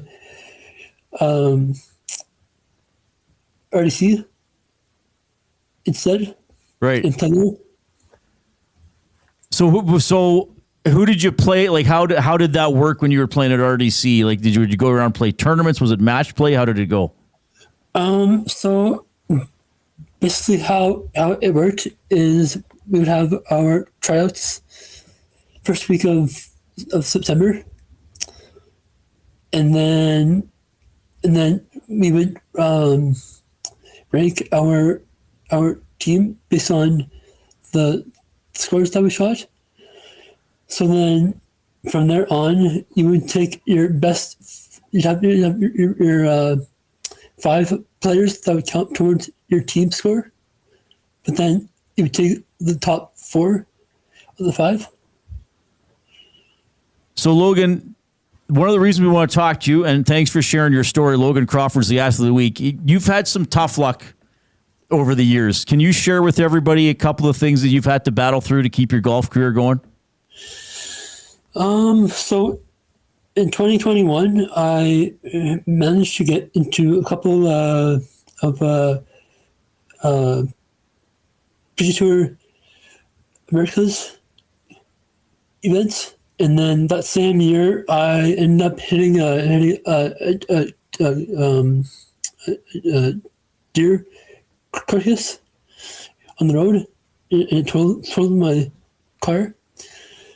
And because of my financial situation, then I had to kind of take a step back, and it's been a really hard go from then on. So what and who keeps you going through, having that accident and just keeps you inspired to play golf? I think just the love of the game mainly, and just the chance to be the best version of myself on the course and off the of course. Yeah. And so what are your goals here for the sport now in the short and medium term future? Well, I've gotten an agent with sports management, and he's been giving me advice to go into the all abilities, and then do the Americas as well. Right. So the all abilities is disabled golf. Okay, so you're gonna pursue that at the moment, eh? Yeah. Okay. Right on. Well, I know how much you love the sport, and we love that you listen to us. Jay, do you have anything for Logan? Well, yeah. What's coming up this summer? I mean, are there any events around, northern Alberta that you're going to be taking part in? I'm going to try to qualify for the ATB Financial Classic in Edmonton here in the fall. And then if I can find the money, I'm going to go to Ottawa and play in the national all abilities, and then play in the Alberta one. So where's your handicap sitting? Like, how you shooting rate recently? How's your score looking? What would you say, is where's your handicap at, and what's something you need to improve on to get to those levels? So the main thing with me is, I was born with muscular myopathy, so that affects your fine motor movement. And the main thing with me is trying to get more speed in my swing, and that's the only factor that's causing me to not jump to that next level. And my handicap is the +1. Yeah, he's way better than us, is what he's modestly saying. We wouldn't stand a chance against him. Well, Logan, you're a great story. I mean, you've battled through a lot. You're an exceptional golfer. Thanks for. I think you've been listening to me back when I was on my previous job, so that's pretty cool. Maybe even when I was in Lloyd. So I thank you for that, and thanks for making time for us today. I hope you're coming into Sherwood Park at some point so you can go to Pasta Pantry. Jay's going to tell you what you can do. Well, yeah, you with being the Pasta Pantry Athlete of the Week, you've won a $25 gift certificate to Pasta Pantry. So I'll get in touch with you via Reid, and or actually I'll hit you up on the inbox because you just wrote us yesterday. So I'll reply to you how to get that, as well as when you go to the Pasta Pantry, you can pick up your custom Pasta Pantry Athlete of the Week hat. And I would make sure to ask for Nathan, the owner. He loves meeting the Pasta Pantry Athletes of the Week. So, Logan, thank you very much for joining us on the show, and congrats on being named the Pasta Pantry Athlete of the Week. Thank you. Right on. Logan Crawford checking in, our Pasta Pantry Athlete of the Week. We have loved doing that segment. We've been doing it over a year now. We've done a variety of sports. I don't know if we've done a lot of golf, though, in the past. It's been a while. Yeah, if we have, it's been a while. So Logan, and again, dedicated out there in the rain, and as he told you, I should have wrote down what it was, but he has was a muscular, but he says it affects a little bit with the speed of his swing, so he works through that. Unfortunately, was in an accident 4 or 5 years ago, so he's had to work back from that. So super dedicated guy. Yeah, and I mean, he's got a positive handicap, so that's unbelievable. That's extreme. That's exceptional. I was going to say that's extremely good. That's outright exceptional. Yeah, so we're happy to feature him. If you want to nominate someone for your Pasta Pantry Athlete of the Week, because this is one of those segments that is very often, more often than not, listener generated, right? Yes, or somebody says, hey, you should look into this or give this person a call. Email one of us or both of us, jay@edmontonsportstalk.com, reid@edmontonsportstalk.com, or go to the website and there's a submission form at the bottom, and you can just put Pasta Pantry Athlete of the Week in the subject line, and we'll get back to it. Quite frankly, if you text us, we'll probably see it too. Yep. 780-218-9999, the River Cree Resort and Casino inbox. All right, coming up here to 5:35. We still have words of the day. We'll look a little bit more at the Elks game coming up tomorrow against Ottawa. Here's our good buddy, Zachary Kubish.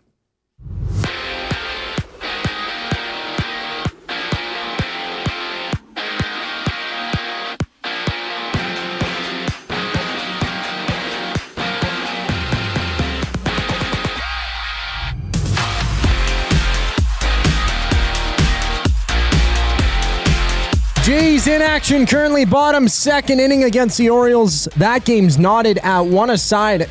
Brandon Young on the mound for the Orioles. 2 outs for Toronto, empty bases. Around the majors, bottom third, Tigers up 3-1 on the Mariners. And top of the third, it's a 5-3 advantage for the Phillies over the White Sox. And the Riverhawks, they're in action out in Nanaimo against the Night Owls. First pitch at 7:35. Catch the game on any of EST's audio streams. Once that gets going, find the full schedule at edmontonsportstalk.com. And the Elks begin their season against the REDBLACKS tomorrow for the game. Ottawa has rolled out starting running back Greg Bell with neck stiffness. Tune into the Commonwealth Stadium Green and Gold kickoff show. Matthew Wanick, J Mail, and hit the airwaves at 4 o'clock tomorrow to get things going right here on EST. From Cowtown, it's the Stamps Bombers at 7 tonight. Vernon Adams Jr. starts for Calgary. Zach Caleros for Winnipeg. In Game 2 NBA Finals, Spurs hoping to tie the series at 1 apiece against the Knicks. They hit the deck at 6:30. And scheduled start for 5:30 is yet to get underway. Canada and Ireland final tune-up match ahead of the World Cup.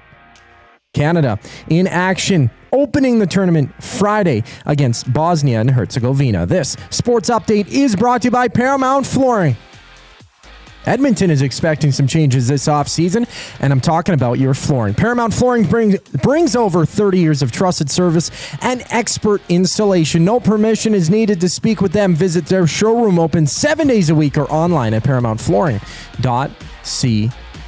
The Reid Wilkins Show rolls on following the break here on Edmonton Sports Talk. I'm Zachary Kubish, keeping you in the loop. EST Afternoons. If you're Darnell Nurse, you were pretty pissed the first time he got out, and it wasn't just him, it was all the guys with no movement. But now it's like specific to him, and it's out there again. Who knows who leaked it? I think this is going to happen, because why would Darnell Nurse look at this now and be like, I want to come back? This is the second time they're asking me. They obviously want to move on from me. And again, it's not personal. EST Afternoons, weekday afternoons 1 to 3, only on Edmonton Sports Talk, your clear choice for Edmonton sports. At Firehouse Subs, our subs are freshly toasted, stacked high, and crafted to satisfy. Each sub is piled high with premium meats, melty cheese, and toasted to perfection. Firehouse Subs brings bold flavor to every bite, all served on a freshly toasted roll. But we're not just feeding Edmonton, we're fueling it. Dig into the brisket hat trick, piled with slow-smoked brisket and melty cheese. Or go to the Firehouse Subs fan favorite, the Hook and Ladder. Made to order with smoked turkey, honey ham, and Monterey Jack cheese on a perfectly toasted roll. With 15 Firehouse Sub locations across Edmonton and the greater area, it's easy to grab a hot and hearty sub close to home. Firehouse Subs.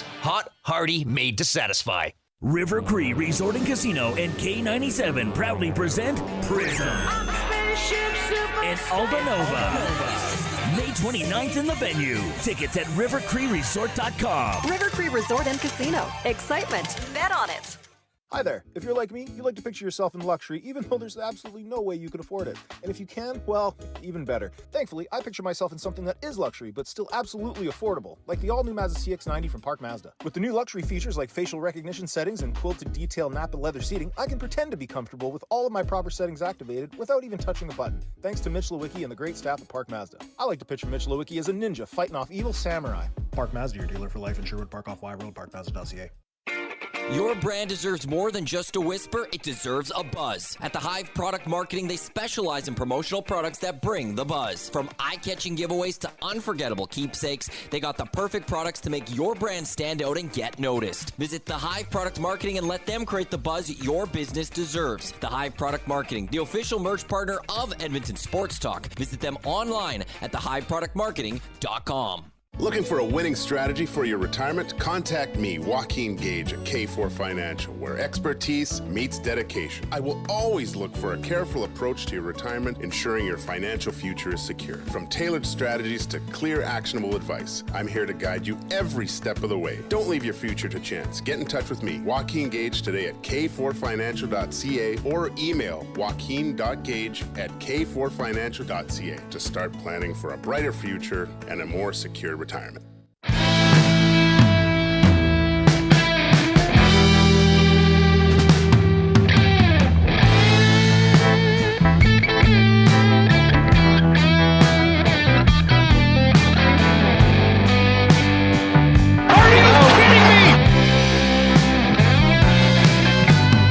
that on air? Was Dustin on air there? He's working tonight. Well, you get to hear that tonight? He's calling the game tonight, is he not? Yes. Bombers at Stamps, and then allegedly he's returning to EST on Monday. No. He works 6 a.m. 6 a.m. Monday, the Nielsen Show, not only on all the Edmonton Sports Talk streaming platforms, but on 95.7 Cruise FM. I think Dustin's going to be back. I miss that big galoot. Yeah. Well, did you guys catch during the NBA Finals Game 1, there was a promo for CFL on TSN, and he was the opener? He's not the opener, Coop. That's Rod Smith. Really? I thought that was Dusty. He's definitely the closer. He was the closer. This is awkward because we were going to correct you off air. We forgot to do it, but it's Rod Smith. Oh. We were going to tell you earlier this week, and we forgot. And because now you brought it up, I got to, for accuracy's sake, say that's not Dusty at the beginning. Well, they both have silky smooth voices. Oh, they sound nothing alike. They sound nothing alike. They're the voices of the CFL. It was the voices of the CFL. Well, Dusty was a part of the promo. Dusty is the end of it, though. Yes. It's Rod Smith at the beginning. I can't remember what he says. That's Rod. Welcome to the CFL. That's definitely Rod at the beginning. Welcome to the CFL. I'm sorry, Coop. Yeah. No. I'm sorry for bursting your bubble. No need to be sorry. I always burst your bubble. I'll just cry once the show's You'll just go home and cry in your cottage cheese. No issue. But yeah, good on him. I'm enamored every time I hear him he could be doing anything. I want to see him do like darts or something. Like for play-by-play, I mean, we know he can do hockey. We know that he can do football. He could do anything. I want to see him do darts. Very talented man. Mm-hmm. My belief is he's the top sports broadcaster working in Canada. When you factor in everything that he does, he could do hockey play-by-play, CFL on TSN, owns a station, and is also the morning show host, and is outstanding at that. He's an incredible guy. By the way, we're in the Canadian Brewhouse studio. Arena energy, but no tickets required. Catch all the Stanley Cup Final playoff action, live at the Canadian Brewhouse. Canadian Brewhouse, our house is your arena. Yeah, they still got the games going on. Just because it's not Oilers, you can still go out to the Canadian Brewhouse, enjoy some Maui pineapple wings, the wing flavor of the month, and watch some hockey. 780-218-9999, River Cree Resort and Casino inbox. Yeah, we just had Past the Pantry Athlete of the Week, local golfer Logan Crawford. This came in on the River Cree Resort and Casino inbox. Awesome job, Logan. So proud of you and all you've overcome in your golf journey. That comes in from Julie. Muscular myopathy. Okay. I couldn't remember it. He just texted me. Yeah, he did a great job. Fantastic. Did a great job. And he's got a fan. I'm sure he's got several fans, but he's got someone texting. He's got a new fan in me.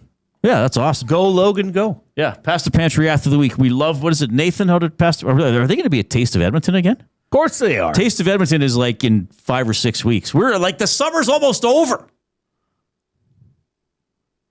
Whale and the Wolves. The snow shovel's ready. Whale and the Wolves. They're playing where?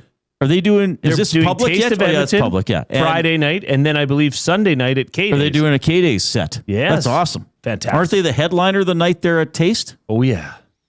I'll be going to Taste of Edmonton. Bringing in the heavies. You should go see them. The Whale and the Wolf. Yeah. But there's also the band The Heavies. That's why I was momentarily confused. That. Yeah, sorry. Well, I'm often momentarily confused. I actually got a message from... I'm often permanently confused. As am I.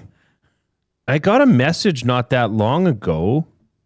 I think it was somewhere else, not on my phone, but from Tyler, the lead singer of The Heavies. He said they're recording something new. Oh, good. We want to hear it. So maybe we could, maybe for the 2-year anniversary of our show... could do a show from there. Switch it up. From the studio. New Heavies tune. I do like the intro that they have for us. It's a banger. It's very, very good. It's very, very good. As the soccer started, would you like to watch it? Let's flip to it. Yeah, let's flip to it. You know what? I'd sooner watch the soccer today because it's the last game before the World Cup, and there's still a lot of Blue Jays left. Though I do like having the Blue Jays on. Canada versus the Republic of Ireland. Jay's flipping to it right now. It hasn't started yet? There's Coventry. Or is this a delay? What's going on? I thought it was a 5 o'clock game. O'Brien, Collins. Well, it's supposed to be a 7 o'clock start at Commonwealth Stadium. It didn't start until 7:15, so maybe it starts in just a minute. That's Edward McGinty. Yeah, but it's like 7:45 in the East. What's going on? Killian Phillips. Maybe Killian Phillips was late. This is... It took me a while to realize you were doing an accent. This is not a large stadium, correct?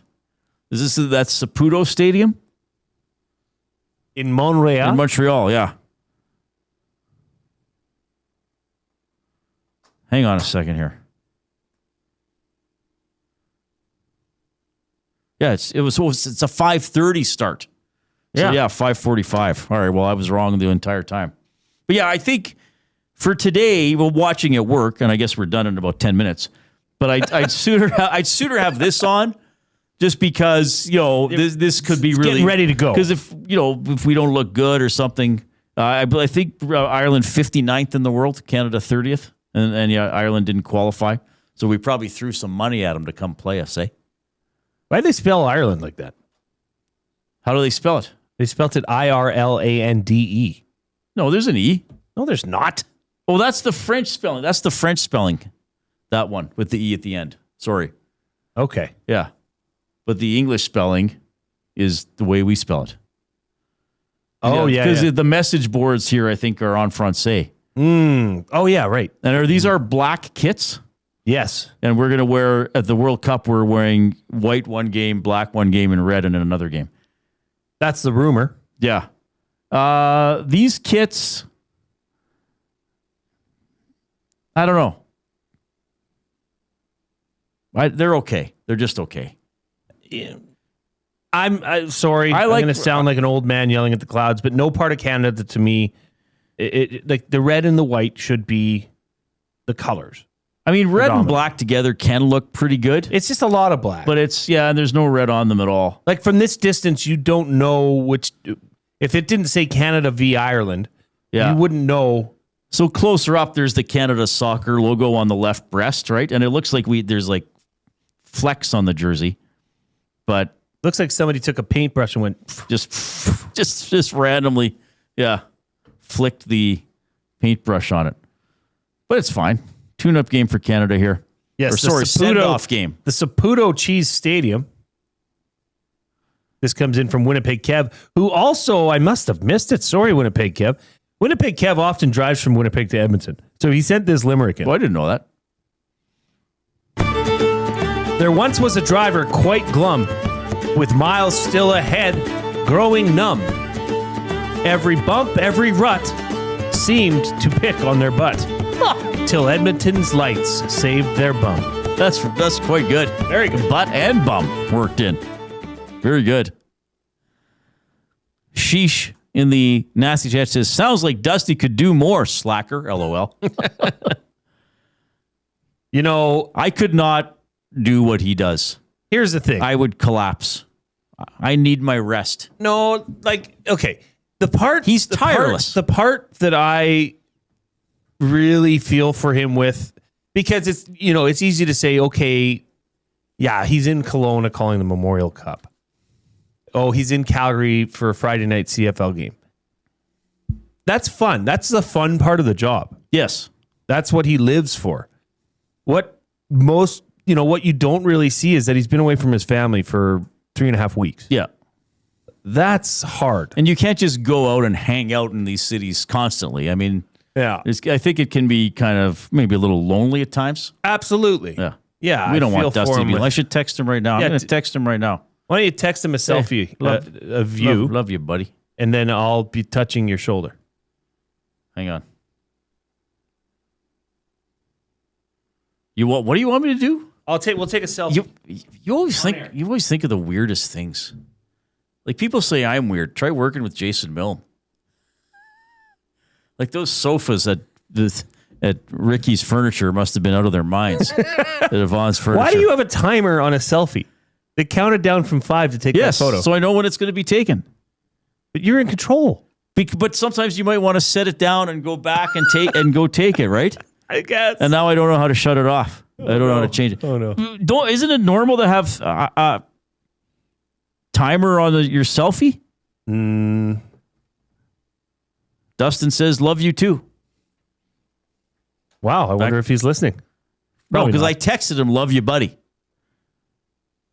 That's nice. Yeah, he's a nice guy. All right, what were we talking about? Oh yeah, are we still live? If you have not yet given us a thumbs up on YouTube, please do. I don't know what's going on, man. People just don't want to thumb the show. They don't want to do it. Maybe they'd sooner finger the show. Give it the finger. Ooh. The words of the day are presented by the Edmonton Public Library. Your free EPL library card could do more than you might expect, from books, movies, and video games to digital resources, creative spaces, and learning opportunities. There's something for everyone across Edmonton. Sign up online, epl.ca/signup, or visit any of EPL's 21 locations to get started today. The word of the day with Reid and Jay. Oh, I'm sorry. Did I break your concentration? What do they got to say? Say what again? Say what again? I dare you. Let's find out. English, do you speak it? Then you know what I'm saying. All right. I've had a bit of a subpar week. I think I got 3.5 one day, didn't I? 3.5 out of 4? Monday and Tuesday were bad. You were 3.5 out of 4 yesterday. Was I? I thought. Okay, I've already forgotten the words. Okay, this is Words of the Day, Abutski edition number 31. First word, oleaginous. Oh my God. Oleaginous. Think of it, Reid. Well, you I might should be able to spell this. Call the dogs off. Oleaginous. Or some might say oleaginous. But it's actually pronounced ole. Oh, you kind of helped me there. Oleaginous. Oleaganous. Oleaginous. Oleaginous. Oleaginous. All right, so I wonder if this has something to do with the nose or with smelling, like olfactory. I will say this is something with a strong smell. I'll give you a sentence. Okay. It's not far off the food aspect here. Olives, avocados, and sunflower seeds are considered oleaginous fruits. Oh, oily. Something that is oily, greasy, or contains an unusual amount of fat. Okay. Corner kick for Canada, 7th minute. Second word of the day, kvetch. Kvetch. Kvetch. Kvetch. Dun, da, da, da. To complain. What's that? To complain. Are you kidding me? I knew that one. To complain, whine, or grumble persistently. Yeah. Reid Wilkins in the nasty chat. Is that an oleaginous in your pocket, or are you just happy to see me? So I got 2.5 out of 4. Yeah, not bad. Not bad. Did you think I would know kvetch? No, because that's like what's the Muppets guy? Waldorf and Statler. What was his name? Waldorf. And what was the other guy? You know, the two guys in the balcony. They would kvetch. People often refer to us as those two. Well, we've had memes about it. I think they refer to me as much worse. Hey, don't so. crumple the paper yet. There's still 2 minutes left in the show. The words of the day went quite quickly. All right, Elks tomorrow. Give me 3 keys quickly. Whoa! Oh, you hit the camera. 3 keys to a victory: win the turnover battle, get Justin Rankin going, and defensive pressure. Pressure the quarterback. Turnover battle, Justin Rankin, win the turnover battle. Well, I want to see Carney. I'll pick 3 players. I'm focusing on Malik Carney, number 2 on the defensive line. TJ Luther, slot back. I think maybe he could be a really good new receiver. And then I will also put Well, I want to see A.J. Ross shut it down. Yeah. I want to see him be an outstanding cornerback and get the Elks a win. So 4 o'clock tomorrow, the Commonwealth Stadium Green and Gold kickoff show. Jason Milne, Matt Awanek, you guys are right here in studio tomorrow. 4 o'clock, games at 5. Then they're on right after the game for the Green and Gold post-game show. Winnipeg, Calgary tonight on TSN. Dustin's calling that one. Canada, Ireland, no score, or 0-0, as they say, in the 9th minute. On behalf of Zachary Kubish and Jason Milne, I'm Reid Wilkins. Have a great weekend.